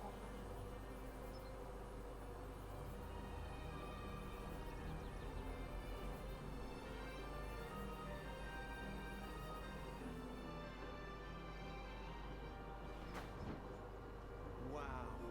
That was incredible. You liked that, didn't you, Matilda?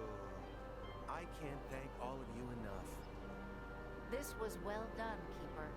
This rite can only be performed in summer with a full coven. But if you wish to bless your flock on your own, try this. Oh, nice. What's wrong, Shelby? Nothing. Just, we performed a rite. In town. In full daylight.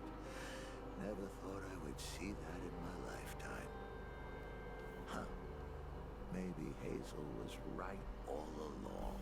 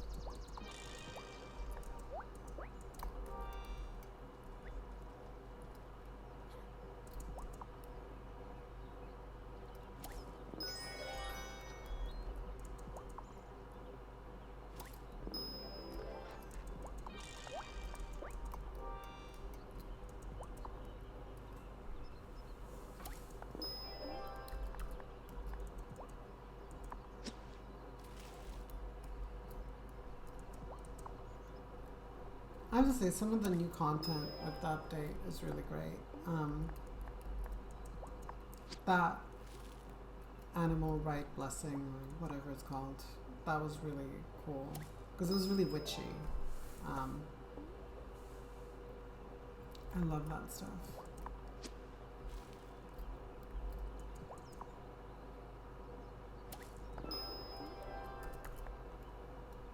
I have to say, I'm reasonably impressed with the new content since the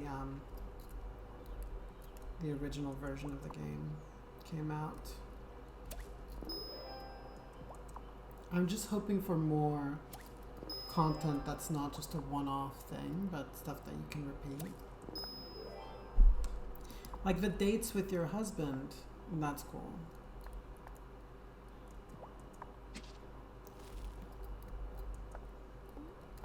But I'm still hoping for a side quest where you can cure him of lycanthropy.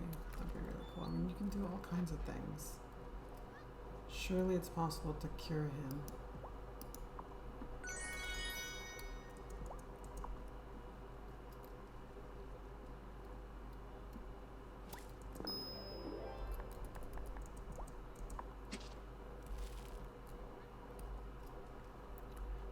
Let's go bless these animals.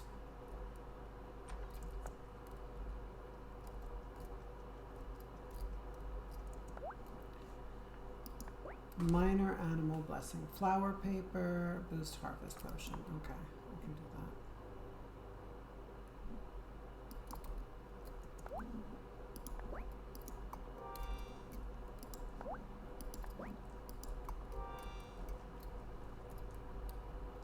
And then, oh, and I have some clothes I think I was making, wasn't I?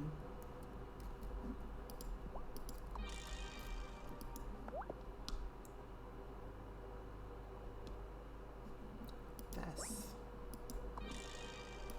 And black silk, green silk, black leather. Okay.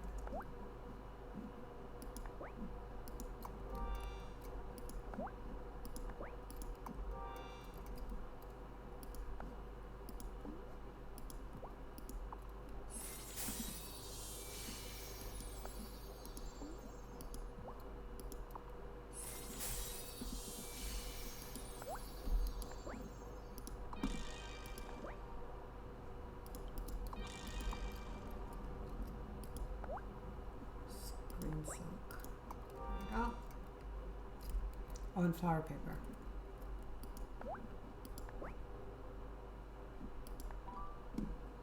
Pick a flower that we have lots of.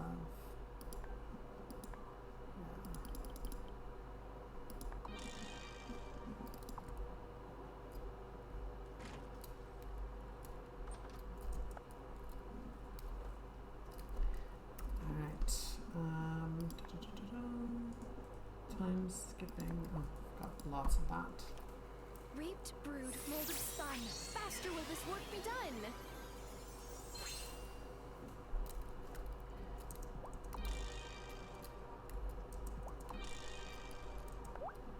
Alright.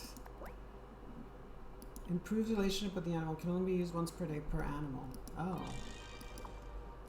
That's not the greatest spell. I was hoping for something a little more special, because I might as well just use a potion. Because the potion will boost my relationship with everybody I talk to and every animal I interact with, I think.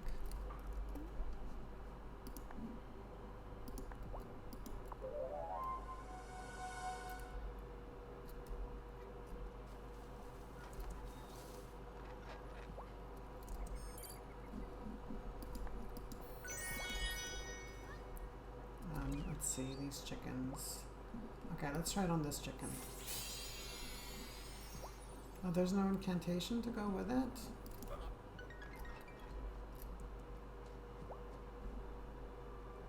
I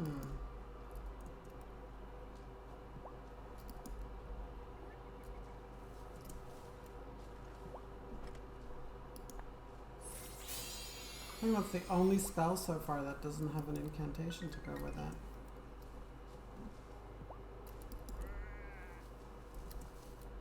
And I like the incantations.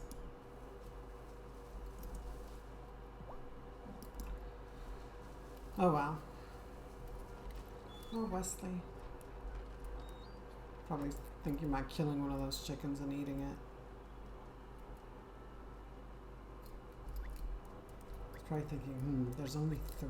If I eat one, Tara will definitely notice.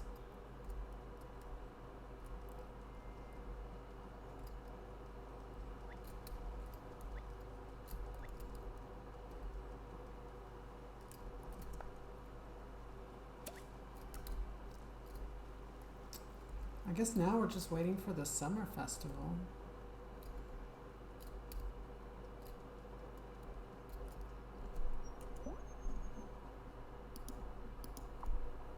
So I can just get the gloaming, water my plants, and then go back to sleep.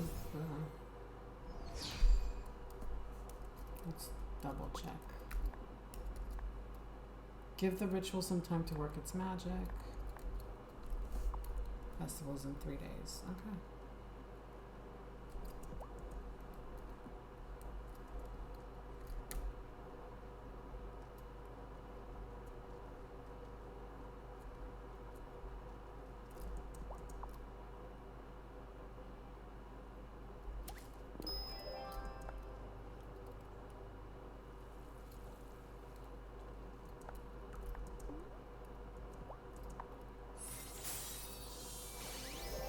I'm gonna harvest these, then I'm not gonna come back here for a little while because I have enough of these flowers. Just a bit tedious coming back here every single day to water these plants.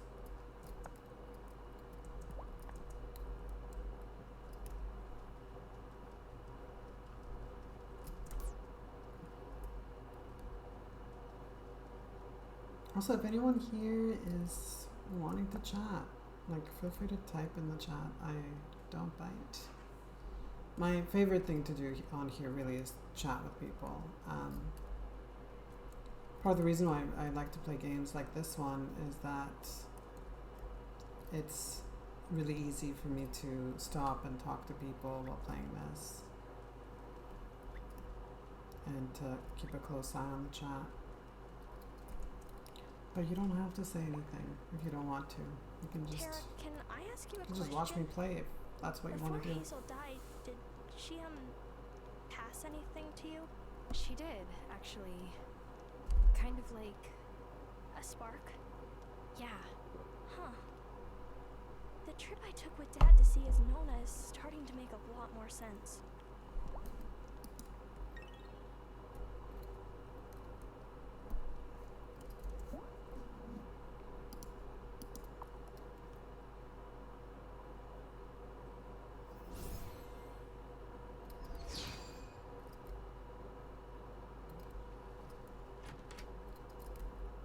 Okay, I'm just gonna go to sleep. Am I ready for... Yes.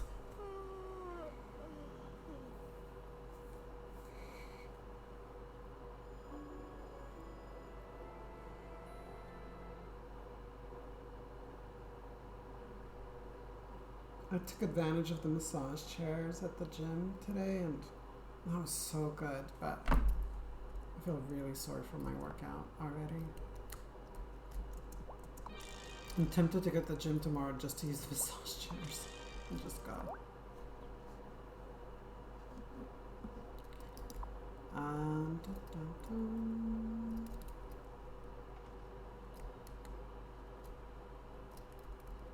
Some honey. Flowers, I guess. Did not mean to. I need to rework this layout. I don't think I need to have as many beehives. Because I think it's basically divided up. Like, more beehives doesn't mean more honey. It just means the production time is divided up by the so now I'm gonna get honey a lot faster, actually. So it kind of depends on, do you want to get honey faster or do you want more? But essentially it's the same thing.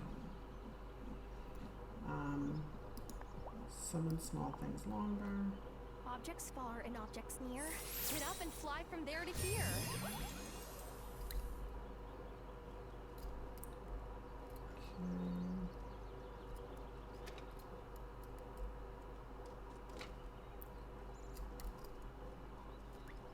I just want it to be the festival. I don't even want to do farm work. I'm tired of farm work.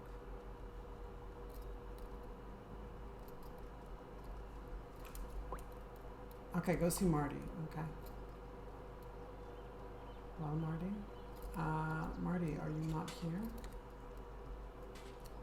I guess I'm gonna have to track him down. Though usually he's down by the beach. Let me check the beach first.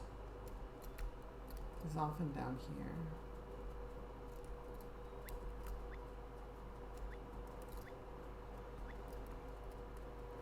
I don't think he is. Maybe in town. Sometimes he's at the diner.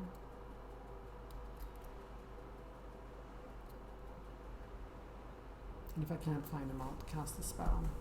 Oh, sometimes he's at the woods.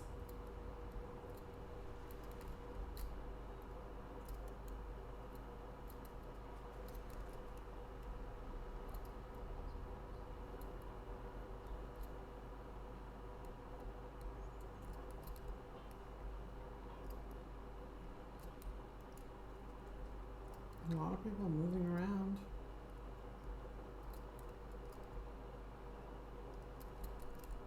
No.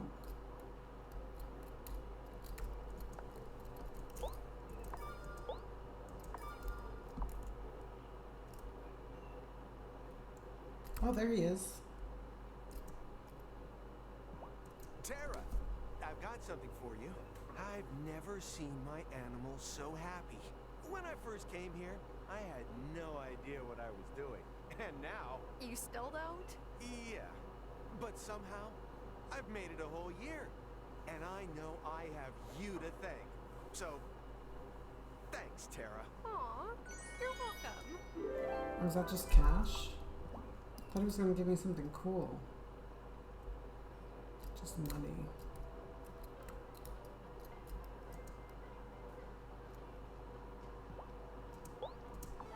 Cheers! Thank you for this.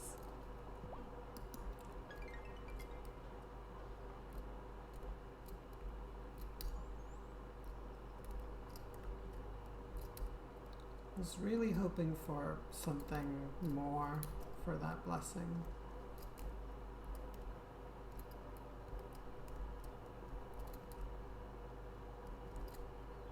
Oh wow.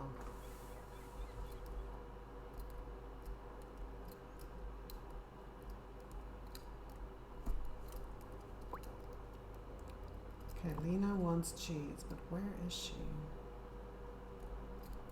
Sometimes she's in the woods too. Just go see if she's there.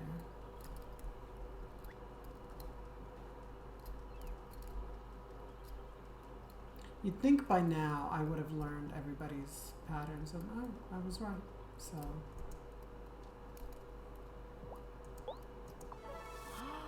This is just what I need to keep the general store running smoothly. Parker and I have been going on dates again.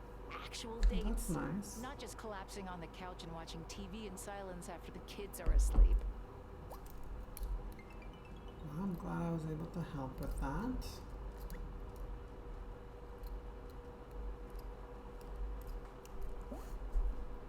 Alright, I think I'm just gonna go back to bed.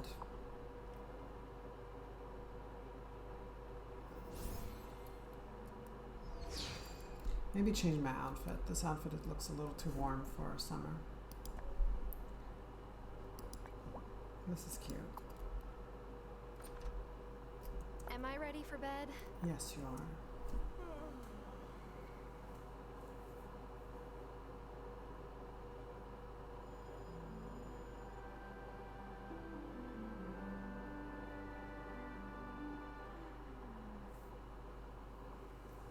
I think I'm gonna just keep going till the summer festival, and then unless the chat gets going, in which case we can just switch to just chatting.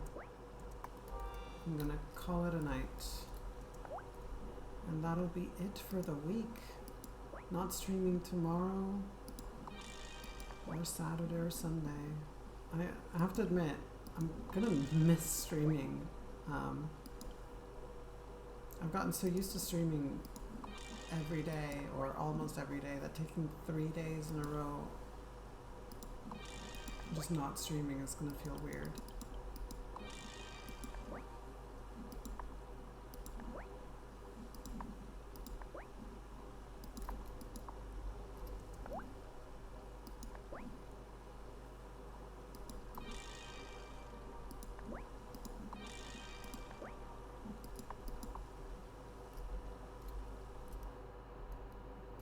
Am I ready for bed?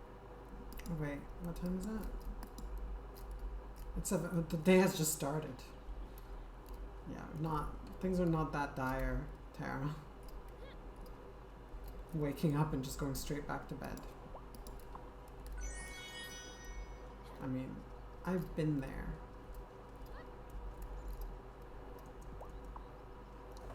But I don't think Tara is depressed. I mean, not that there's necessarily any rhyme or reason to depression, but I mean, she's got a lovely home and farm that's thriving. She's raking it in. She is very busy all the time. She has a wonderful husband who also is a werewolf, and I bet he's amazing in bed. And he's also super sweet, and he's a big reader. He's like the perfect man, except for the werewolf thing, which for some people that might be a bonus. And the weather's beautiful, and when it's not, she can magic it better. Like,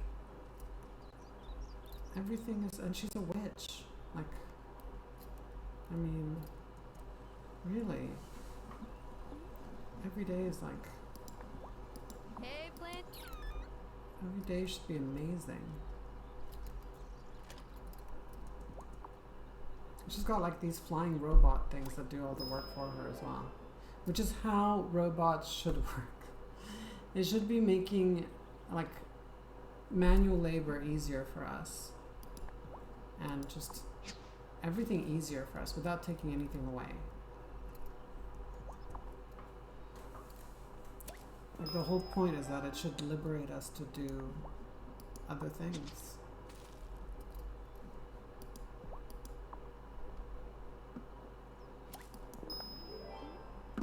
Like, wouldn't it be awesome if we lived in a world where actually machines did do most of the work, and then we just did things for fun? Like, we could do work-like things, creative things. But they'd be because we want to, not because we need to do them to survive.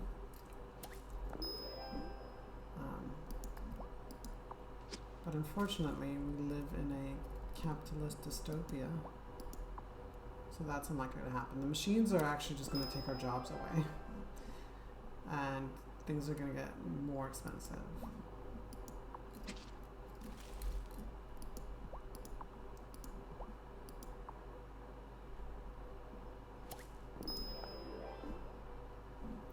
Okay, let's plant some tea.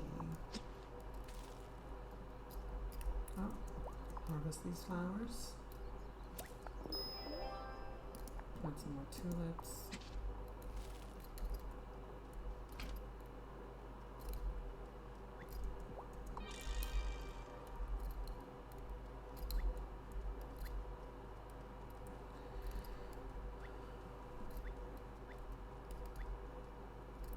Alright, well, I've got the festival tomorrow, so I'm just gonna skip till tomorrow. I think. Okay, I can do some stuff here.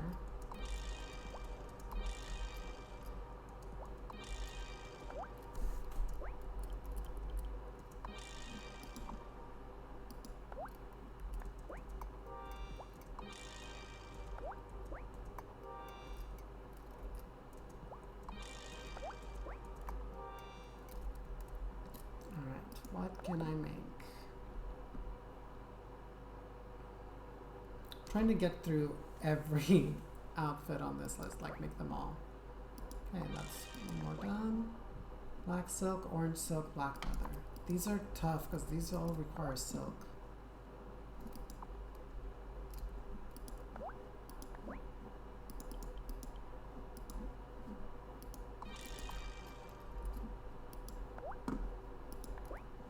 There's black silk, black leather.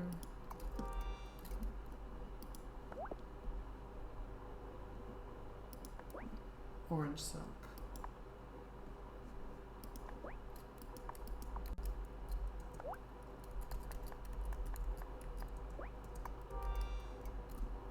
And I think the next one has a blue silk, so we can go ahead and start doing that.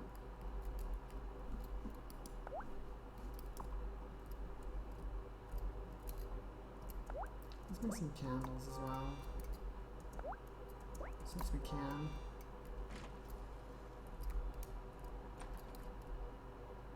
Is it time for bed? Yes.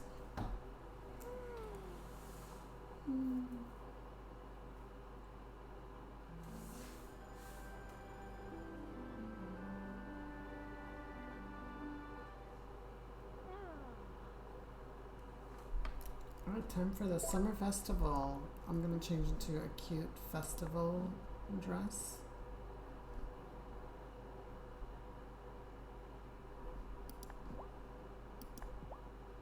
Maybe this or this.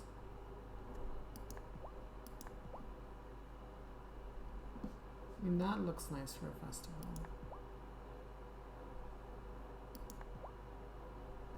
Go with this.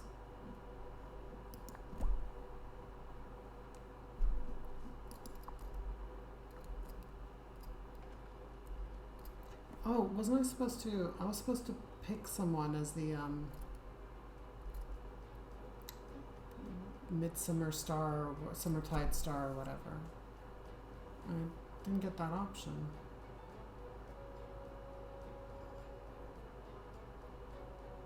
Maybe I'll get it now.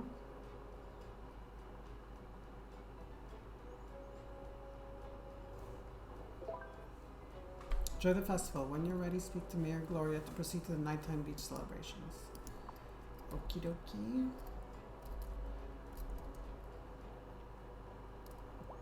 Yes. Take some caramel popcorn, Tara. Please. If I have extra at the end of the night, it'll all go to Zephyr. Hey, Tara. Francis said you helped him get the gold for our wedding bands. They came out really nice. Thanks. You're welcome. I was happy to help. Wow, Your diamonds. grand would have been proud of all you've done here. Wow. That's kind of you to say, Thomas. It's just the truth. Well, I better get back to my garden. Well, you're not, though. You're getting back to your popcorn stand. This festival is so fun! It's fine, I guess. You should have been here when my dad was mayor and my mom was captain. That was a slammin' party.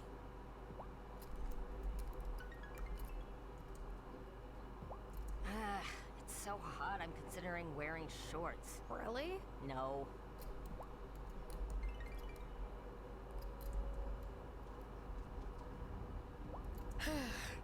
What's What's wrong, Finn?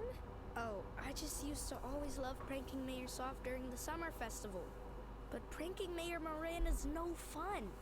She's too nice. And Daddy says I really have to leave Messenger Cameron alone, or else.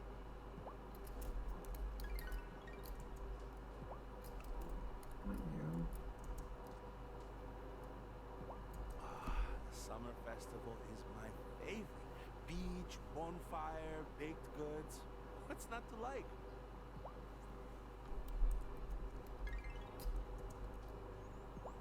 Last summer, I felt like the festival was too steeped in backward superstitions. But now I see that it's quite harmless. I mean, it's just some strawberry shortcake and a bonfire. It's not like anyone is making sacrificial offerings to mythical beings. Nope. Oh, wait and see, Cameron. Just wait and see. Oh, I'm very happy to see you, Tara. Here's some shortcake for you and anyone you're sweet on.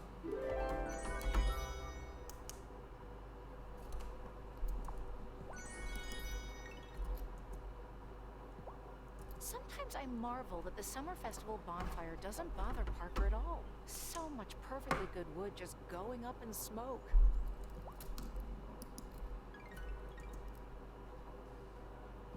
Don't forget to give your offering to the Fae folk if you brought I them. will. Do no good just carrying cakes around in your pockets. You do seem to do that often, though. Okay, I like that because it's true. My pockets are full of cakes and like risotto and pizza and sandwiches and stews and soups. I thought about going shopping for some new summer clothes. And her dress has but no pockets. Synthetic fabrics are everywhere these days. Pardon me if I don't want to go near an open flame in a polyester blouse.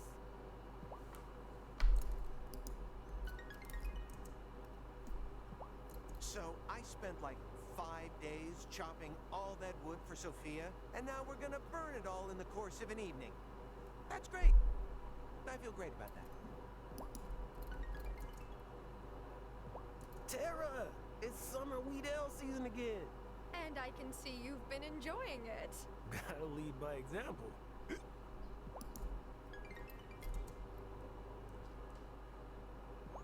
I went to Milkwater to get some new socks, but everything is cotton. You can't wear cotton on the water, it never gets dry. You don't want to have wet feet all day. Trust an old salt on this one. Okay, that was really unfestival related. Just random conversation about so socks. relieved. I thought we would do for a depression. Well, the summer festival would cheer anyone up. Oh no, I meant an atmospheric low-pressure system that causes a tropical cyclone. They're more common in the summer, but it seems it's going to stay offshore. Oh. Yes, that is a relief.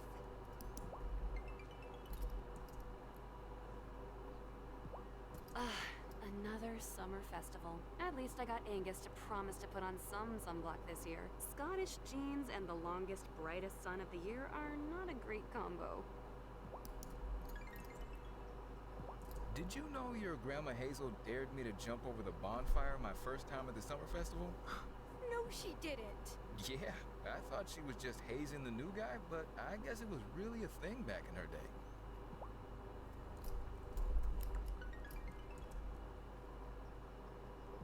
Doesn't Thomas make the best popcorn? I admit, I might be a teeny bit biased. Oh, got more dialogue options? I just had my first fitting with Violet. The fabric is just gorgeous, Tara. Thanks so much for helping make my special day even more wonderful. Here, have this. Angus won't hear of letting me make wedding pies instead of one of his cakes, but I think the guests will like it.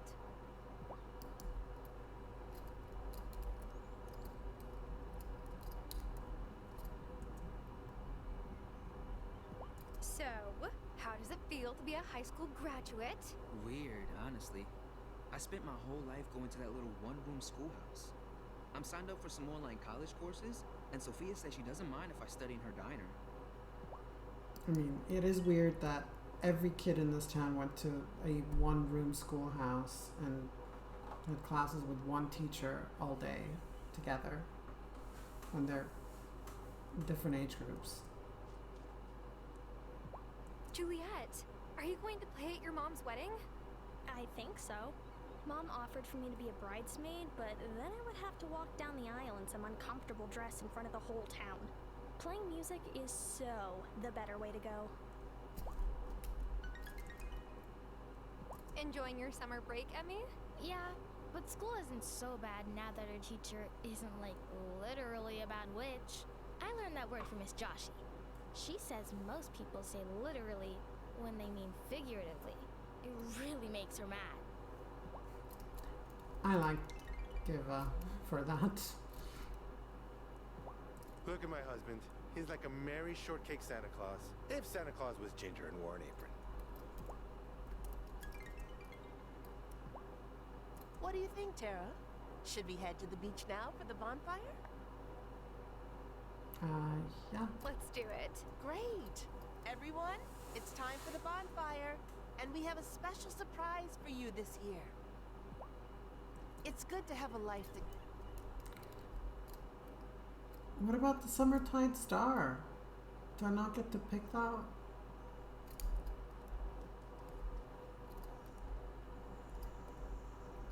I could have sworn I was supposed to be able to choose.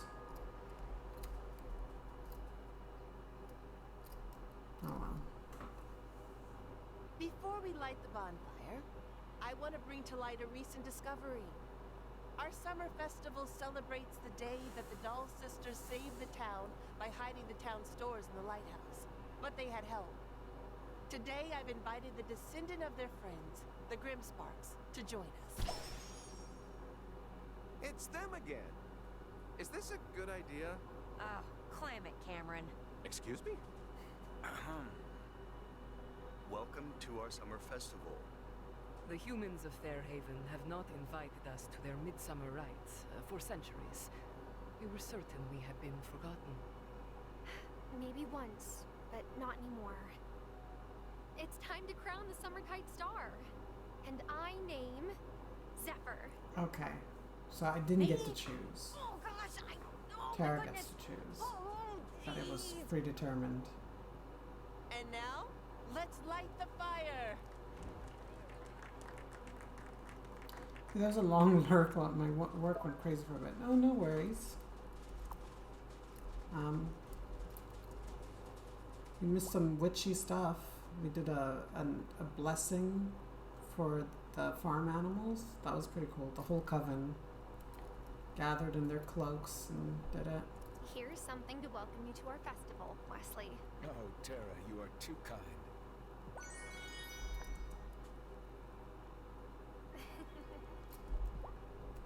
And now this is the summer festival.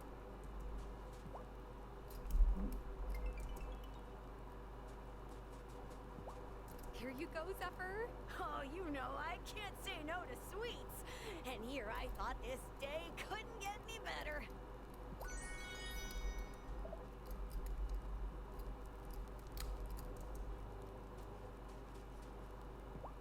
This is for you, Ariel. Quite nice. These are my favorite. Well, after malasadas, of course.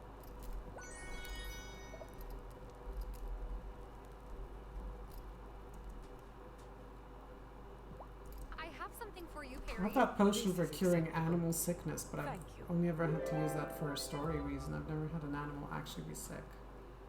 I wonder if they don't get fed, if that's when they'll get sick. But because I have the whirly gig feeding them, it's just never a chance for that to I've happen. been growing forget-me-nots. They always remind me of Hazel. Take one. I have far too much in the apothecary. Also, for the barn animals, they have a field, so they don't even need to be fed anymore. They just feed themselves.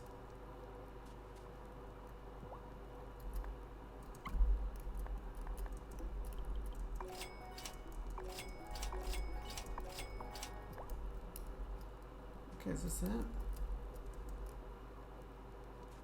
Thanks again for helping with Sebastian's fealty incantation.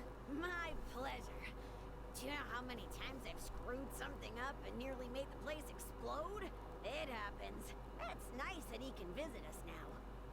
so many Mirandas just running around Ravenwood Hollow these days. Okay, well, I think I've talked to everybody. I've done everything. My hedgehog friends told me the Witch's Gate has been repaired. Good. We must all protect the gloaming and its magic.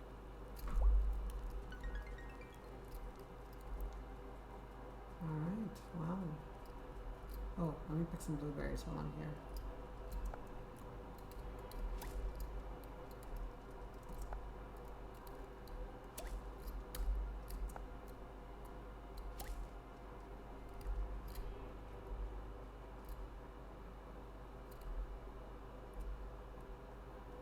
Am I sure I'm done with the summer festival? Yes.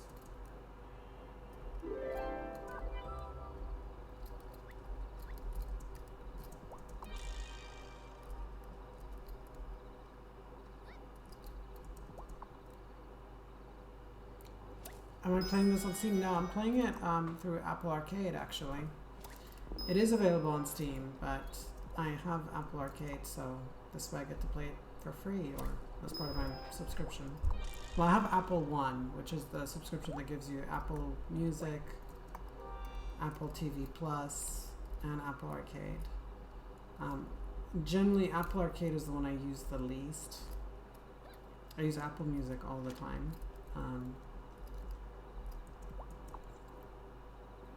And the difference between just Apple Music and Apple One is not that big, so it's worth, just for me, it's worth having like the full package with everything.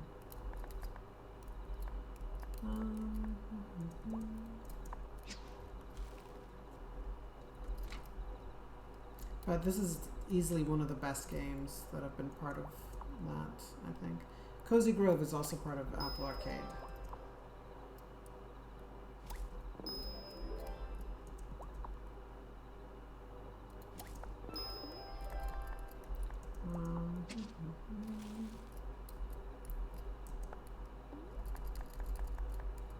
So I'm just gonna do my nightly tasks, and then I think I'm gonna stop playing right here. I'm going for 3 hours now. I kind of don't want to stop streaming because once I'm done until Monday, and I don't want to be done. So I might switch to just chatting for a little bit.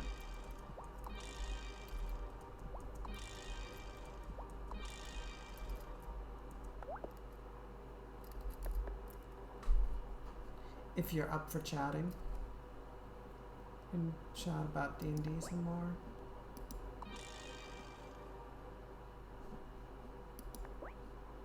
Ah, why did I do that? I used the leather. I died for that.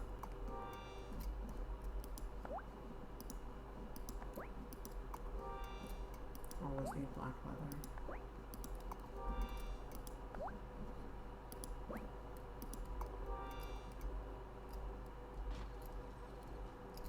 Oh, there's something in the mailbox. Dear Tara, Thomas Lightfoot and Sophia Murray request the honor of your presence at their wedding. Sunday at 10 a.m. And it's Saturday. Oh! Oh, it's Saturday now. Well, I might do the wedding then. And then stop playing.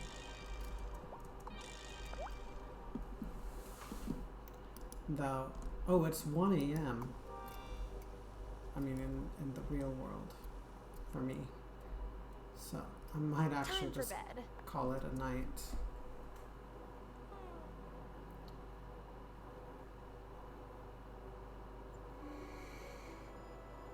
Oh, no, now it's Sunday. Okay, I'll do the wedding then. I'll do the wedding and then call it a night, because that way, if I want to play,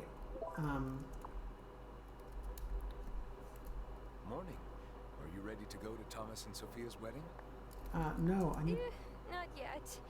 Give me 1 minute. I need to change my outfit.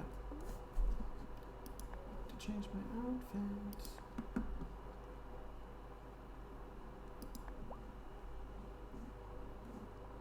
That's the one they made for the wedding. Morning. Yep, let's go. I just have to remember how different our time zones are. Yeah, what time is it over there?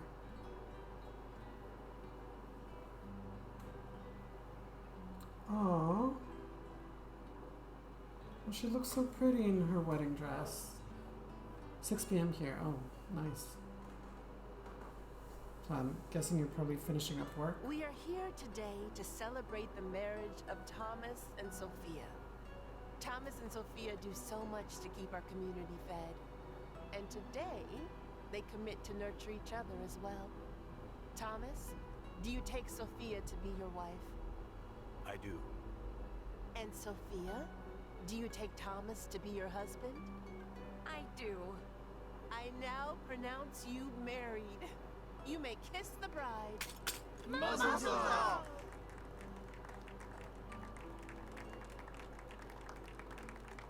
I want to thank everyone for coming. Sophia and I will be heading to Milkwater for another celebration with my family, but we'll be back soon. Enjoy the wedding pie, everyone!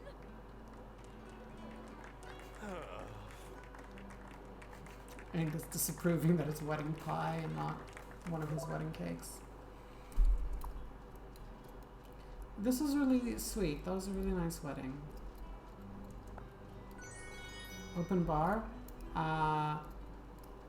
It doesn't look like there is a bar. I mean, open bar at a wedding I feel is a must. It never really matters to me So, who's picked as this I've year's actually star. only been to one wedding in my Kim's whole my life, which is my summertime brother's wedding. Sophia, I peeked over at Thomas when she came down the aisle and he I- just beamed. Missed all 3 of my sister's weddings. I'm actually the only one in my family who's not married, or who has never been married because my brother's divorced now. But I've only been to my brother's wedding, and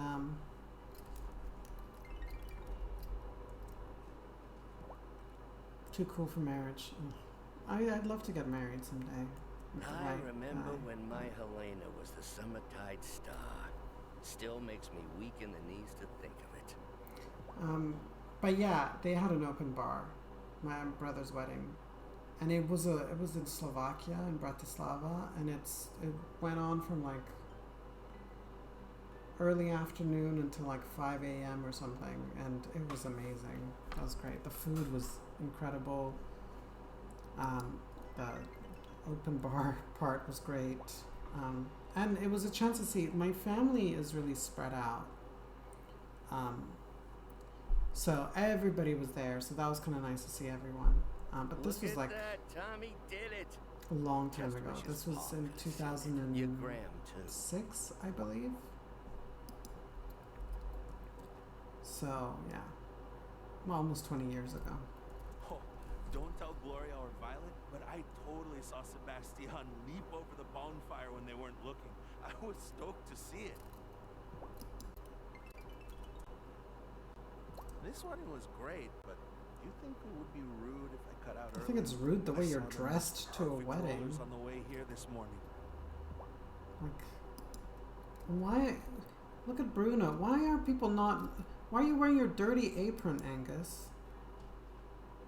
Am I the only one who dressed up for this Something wedding? about the summer festival air always puts me at my most hilarious. I had Finn doubled over laughing, and I was only hitting him with my cookie cutter material.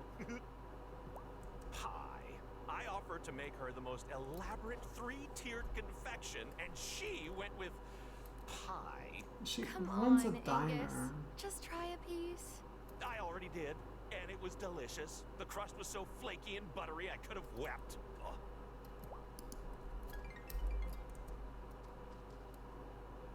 Juliet jumped the bonfire with me, and no one even noticed. It was lit.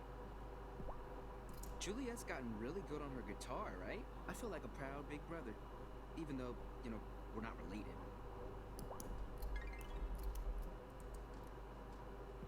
We've got to name Gloria the Summertide Star someday. She's been through a lot, and she's doing a great job with Fairhaven. Well, next year. I'm happy I could stand up there with Thomas today. We've had our disagreements, but he's become a good friend, and I know he'll always have my back, too. I guess because the summer festival and the wedding happened back to back, which isn't necessarily going to be the case. Because the wedding, I think, is dependent on you completing the wedding tasks. Everybody's talking about both the festival and the wedding today. I can't wait to tell my parents about the Summertide Festival. My dad is gonna flip when he hears how fast the barrels went dry this time. At least they're only going off the island for a few days. I know I'm too dependent on the diner, but I can't help it. It's too good. By the way, What is Gamer? I just want to say thank you so much for really being so active in my Discord. That really is great. It was really nice to see today, and yeah, I will definitely be checking out those games. I now have like a really long list of games to check out, but it's also encouraged me to post more on there. It was fun leaving. And I'll be sure to post D&D content. We didn't even get caught. You played so beautifully, Juliet. Thanks. I was weirdly more nervous, even though I've had way more practice since Francis and Angus's wedding. Like, you can't mess up at your own mom's wedding. You just can't.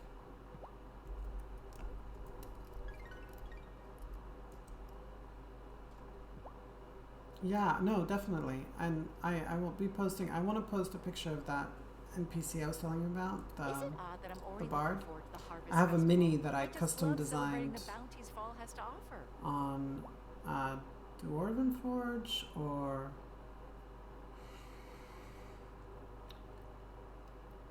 excuse me, there's Dwarven Forge or another one that's similar, and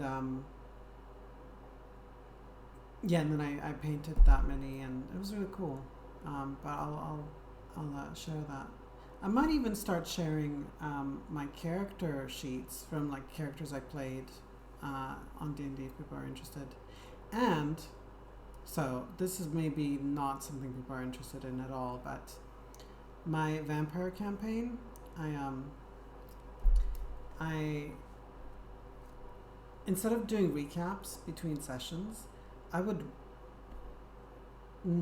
made like a novelization of the whole campaign or that whole season. After each session, I would write up the whole like session as a chapter in a book. With, I would kind of try to recreate the dialogue and everything as closely as possible to what I remembered. Sometimes I would take notes during the session if someone said something really cool, so I could preserve it word for word. And I turned that into like an ebook just for my own personal benefit and for the players. I might post that in Discord if people are interested in reading it. It's a fun little thing just to see like what the campaign was about, and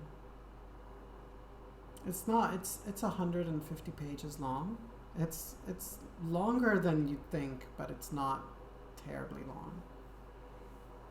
Granted, the number of pages will vary depending on what form, because it's an ebook, so the number of pages will vary depending on the font size and everything. But on like the font size that I had, it's like 150 pages. Will you sing a note to join Latin? Magikarp, so good to see you. And no, I mean, I don't know it in Latin. I don't even know it in English or in any other language. I mean, I know of it, and I know the melody, but I don't know the words.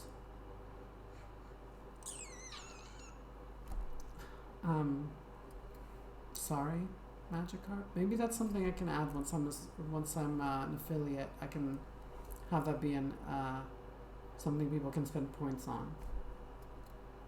Making me sing a note to join Latin. So Thomas is married. Sophia is a wonderful person. I'm happy for them.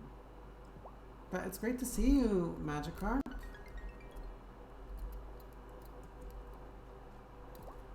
I got a little tipsy at the summer festival, and Thomas ended up dragging me home to put me in bed. It's so nice to have someone take care of you for once.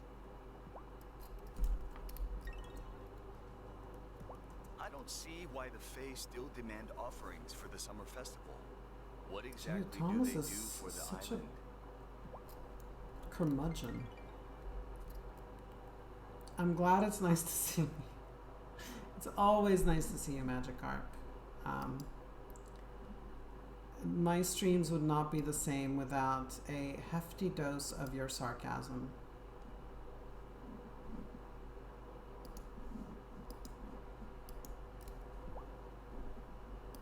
You know, I think I'd make a pretty decent Summertide star one of these years. Farm chic weddings were so huge on social media a few years ago. But I can't blame Thomas for being behind on the trends. I bet he doesn't even have a Pixtotwit. Pixtotwit. Name's so bad. Pixtotwit. I think I've totally fallen for Amira. She looked so beautiful at the bonfire. I offered to let Juliet crash with me while Thomas and Sophia go have their second wedding in Milkwater. Imagine meeting your new extended family all at once on your mom's wedding day. That seems overwhelming.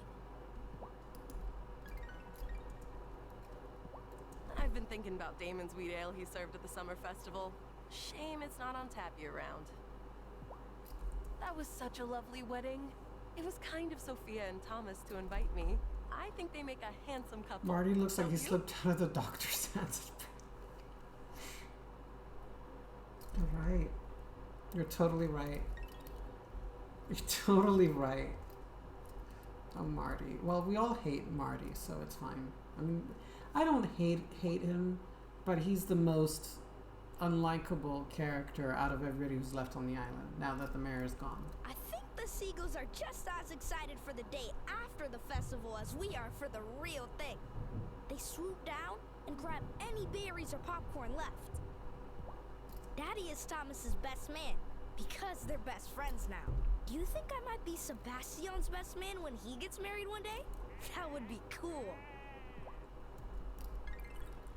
Photobombed by that sheep. Finn always Not laughs really extra photobombed, hard but at you know what I Angus's mean. puns, so he'll give him a second helping of strawberry shortcake. And it works every year. What a racket. I offered to run the diner for Sophia while she was gone, but she said that would violate child labor laws. Yeah, you should probably stick to your lemonade stand for now. The margins on lemonade are good, but I read that the real money is in fries. I like him. I was Summertide star back in my day. Couldn't understand why anyone would want to make a fuss over old Shelby. Enjoying the wedding, Shelby? I was hoping there would be some Italian wedding soup, or any kind of soup. I'm not particular. He does like soup. I know it's petty, but I love seeing how uncomfortable Cameron looks whenever the Fae come to a festival. Ha! Have you tried the pie? It's fantastic. Don't tell Angus I said that. I love Francis. I think Francis is still my favorite NPC in this game. After Wesley, of course. But Francis is the most fun.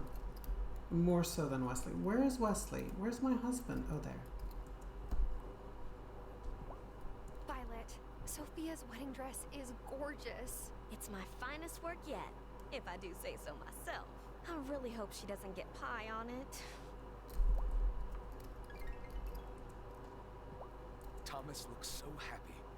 I don't think I've seen him look this happy, well, ever.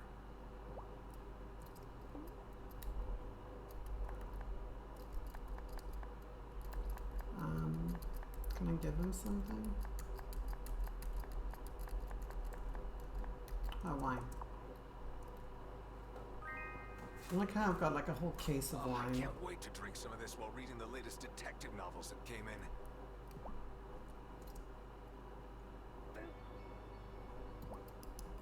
Like the sound she makes. Burp.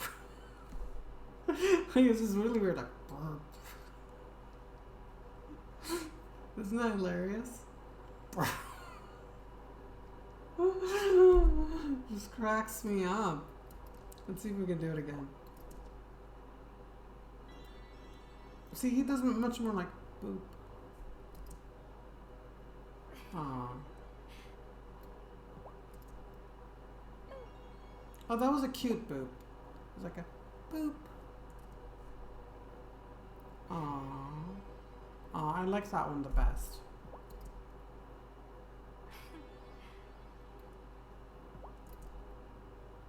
Oh, come on, we want to do the burp. Stop. No, she did a normal boop. Okay, never mind. It's just like that. The summer festival was a hit. That's Seeing the community come together to celebrate something good will never get old. Let me just touch your hair and touch your nose.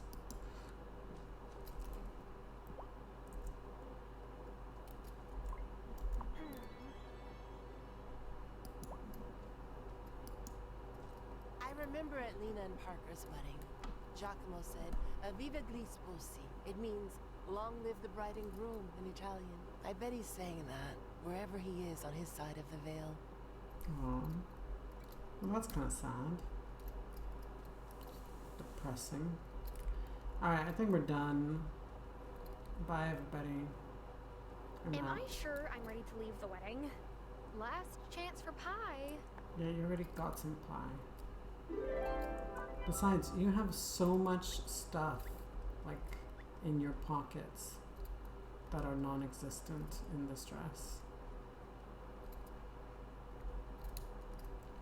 Alright, well, I think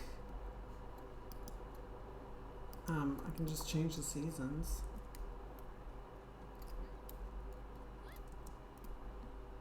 But that involves like harvesting, blah blah blah, so should I do that now? Hey, Feedy. Should I turn the season now to autumn? Do it. Okay, I'll do it then. Are these robots from Fallout?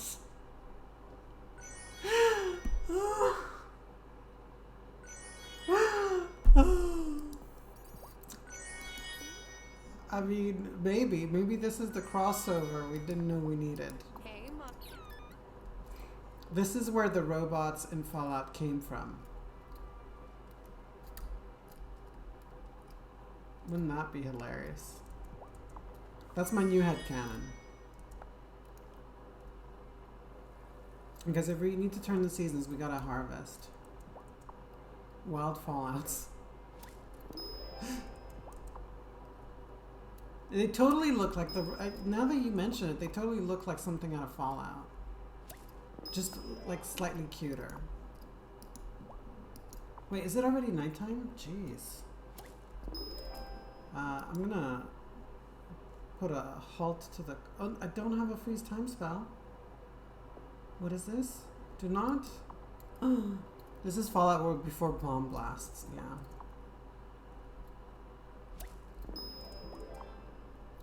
War. War never changes. I loved Fallout as a kid. Fallout 1, did I ever play Fallout 1? I don't know if I did, but I played the shit out of Fallout 2. Fallout 2 was my jam. It was such an amazing game. And then I enjoyed Fallout 3 when it came out. It was really sort of like, kind of groundbreaking to see that isometric world be turned into like a fully immersive 3D world. And so Fallout 3 is set in Washington, D.C. and the week before it came out, I was in Washington, D.C. And I remember they had like a really awesome like marketing campaign in D.C. like on the subway and stuff with like all this Fallout stuff that was like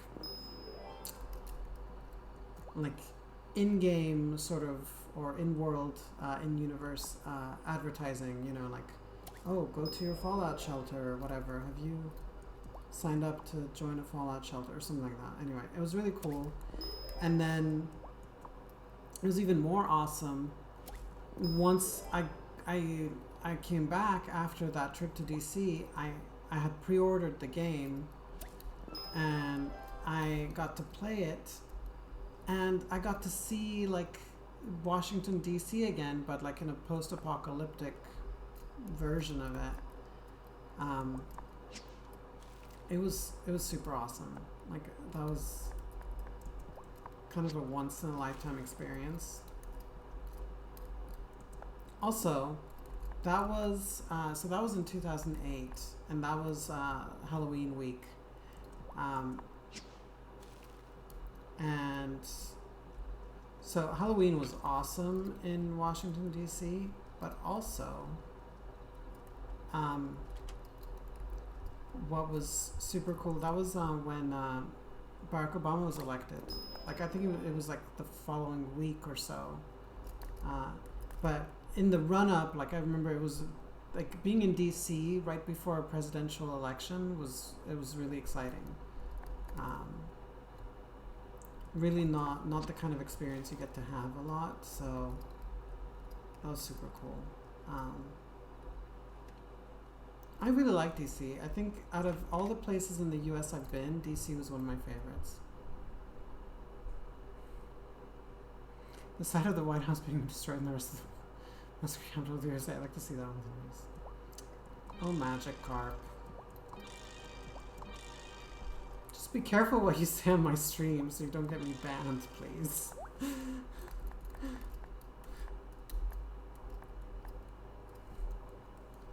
Sometimes I just never know with you. Alright. Wellspring, quickly, we need to change the seasons.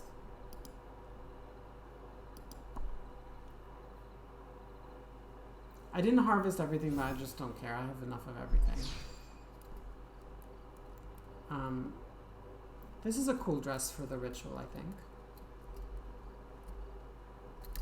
Oh, I should probably refill them. Oh, maybe I don't need to. Francis will make...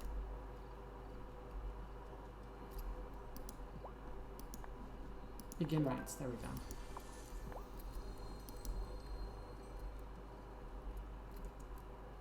It's time to change the season, High Priestess. Are you sure?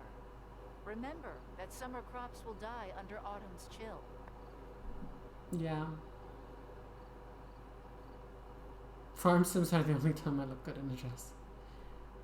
No, I just don't like the US. Guys, behave, please. You know, then you should... I will turn the wheel tomorrow because I want to make sure that Thomas can harvest his crops before I turn the wheel because he asked for that.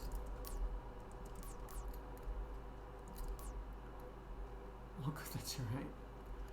Okay, good. I don't want people fighting.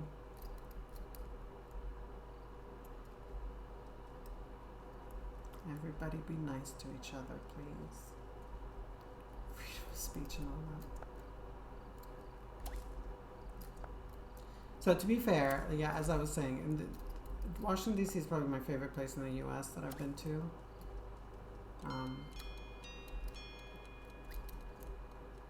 Utah was probably my least favorite place. LA is a place is a city I've visited a lot, more than any other part of the US. I've been 4 times now, 5 times.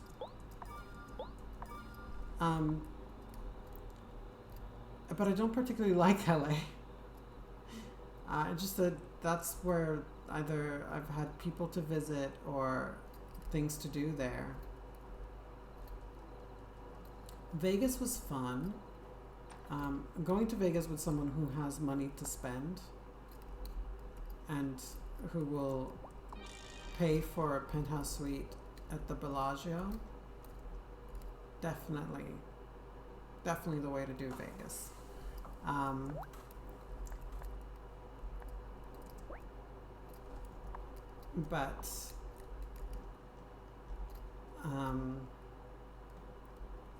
No American especially likes Los Angeles, California. Hey, California, there's a difference between Southern California and Northern California. Should I go to bed?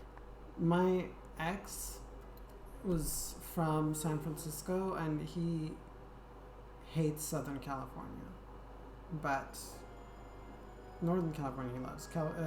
San Francisco absolutely loves, obviously. I've never been to Northern California, so I can't judge, but I've been to Pennsylvania recently on a camping trip for a Z-Night retreat, which is a Xena fan camping thing. The problem with LA is also if you don't drive and you're visiting LA, it's kind of a nightmare to get around because it is sprawling. It's not a very dense place, it's just really spread out. Whereas like Washington DC, not only does it have amazing public transport, but it's actually really nice to walk in DC.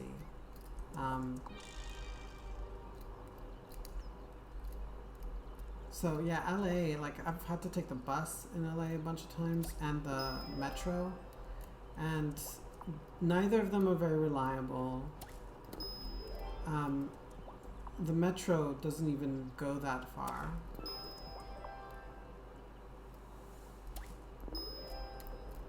And LA is just kind of annoying. It's really annoying getting around LA if you don't drive.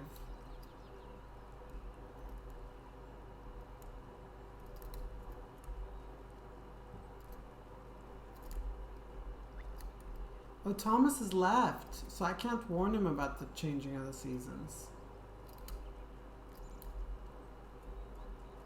Oh well. That was kind of a wasted day then. I mean, I harvested some crops, but...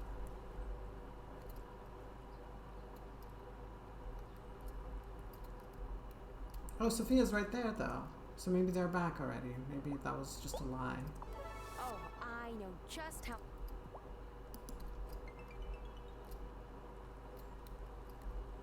Well, where is Thomas then? Well, from a European perspective, I will say that the best public transportation in the USA is like the average public transportation in the countries of the former Yugoslavia. That's not good. I think you're probably right. The US just loves cars. I mean, the US is a country for, oh my God, for driving, no matter where you are in the US, really. I mean, New York maybe not, but for the most part, you kind of need a car in the US. And where is Thomas? Where is Thomas? Okay, well, at least I get to use that scrying potion for a change. It's got so much of that and never use it.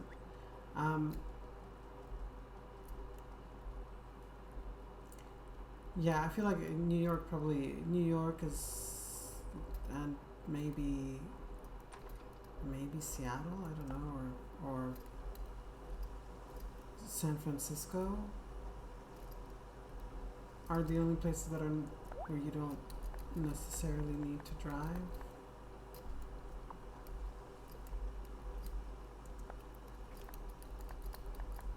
Thomas, where are you? There you go.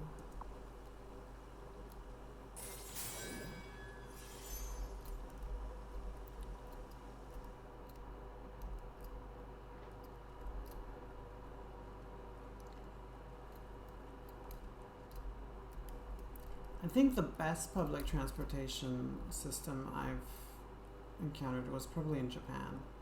However, there are issues there too. I'm not gonna lie. Maybe Detroit become Fia. Oh, there he is.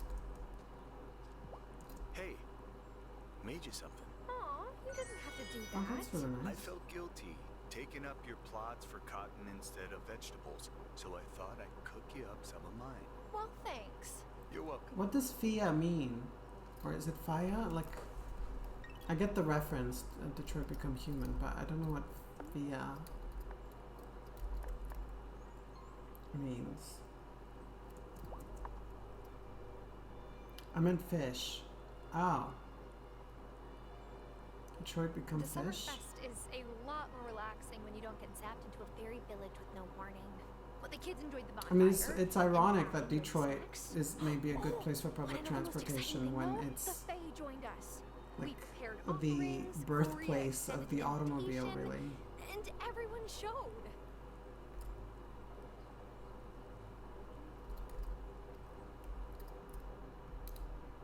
Or at least like where the automotive industry really took off.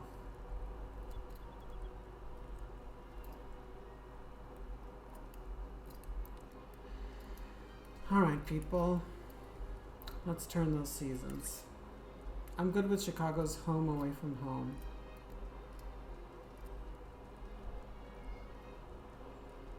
I've never been to Chicago. I'd love to visit Chicago. I'd actually really love to go to New Orleans. That's definitely on my bucket list. I've been wanting to go there since I was a kid. Chicago's public transport. Yeah, I'm sure it's decent in Chicago. Those like really big cities, I'm sure have decent public transport.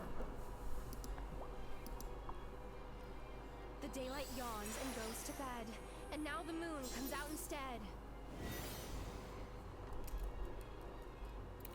I need to, goodbye.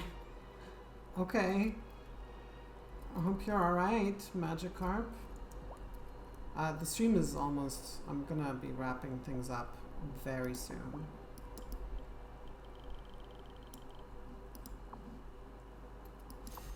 Just turning the seasons and then that is it. It's time to change the season, High Priestess. Are you sure? Yes, I'm ready. Well, because Thomas didn't seem to care that I was changing the seasons this time around. Last time he wanted to know. By this flame and by this sacred sign, be this the essence of the divine. We call the spirits of the harvest. We say farewell to the maiden summer. And we welcome autumn.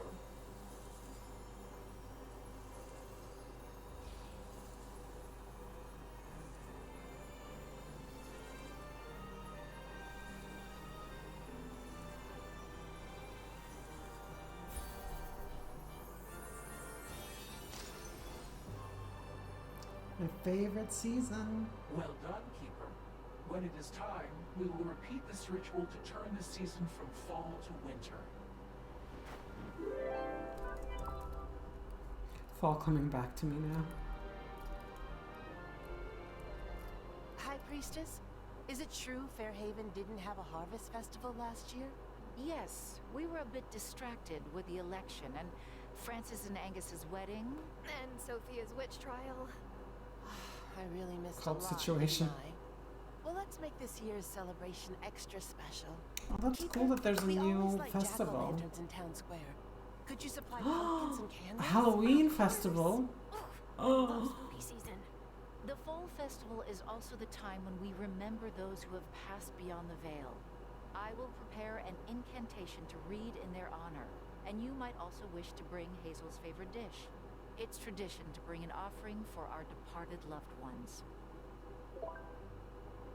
I am so excited for Harvest Fest.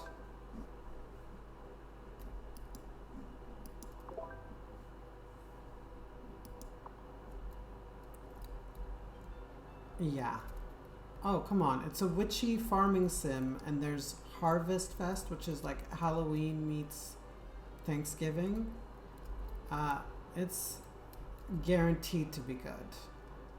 And it's the first festival, like, post-game that's actually completely new. We haven't had this the first time around, so I'm super excited, guys. I mean, there's no way I'm gonna get to that tonight. because I'm tired. It's late.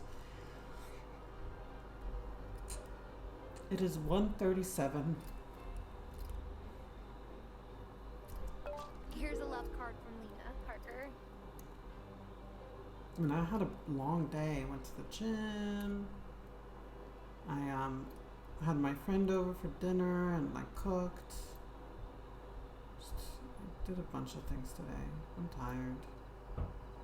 I would love to hang out and chat. I'm really sad. I'm sad. I mean, technically I could stream tomorrow if I wanted to, and I do want to. But I want to see if I can improve my average by not streaming on those days when I tend to struggle more.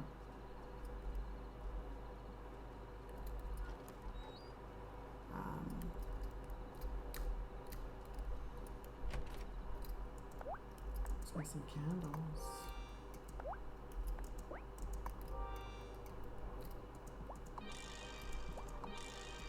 But I think what I will do is I will probably play more over the weekend. I'll play this more. And then next time I stream, if I'm not playing a different game, I will be getting to the Harvest Fest. Is it time for bed? Yes. But yeah, I need to sleep.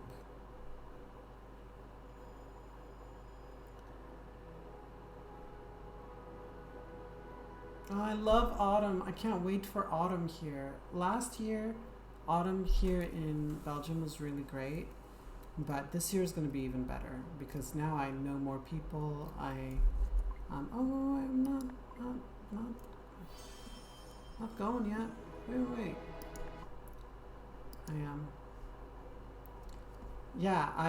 I'm super excited for autumn here in Belgium because last year I had just arrived. I didn't know people very well. I wasn't completely settled here yet. This autumn I really can't wait because I know more people. I'm more familiar with the city. I can't wait to do stuff. I love autumn so much. And it's like a month and a half away. It's not too bad. Anyway, thank you so much for hanging out with me tonight. Thank you for chatting. What is Gamer? Such a pleasure to chat with you. Magikarp, sorry you had to go. It was fun having you around for a little bit. I'm sorry I'm not going to be streaming this weekend, but it's probably for the best so you guys don't get bored of me. And I'll still be on social media, so you can catch me on Discord, you can catch me on Instagram, TikTok. I might be doing some TikToks this weekend.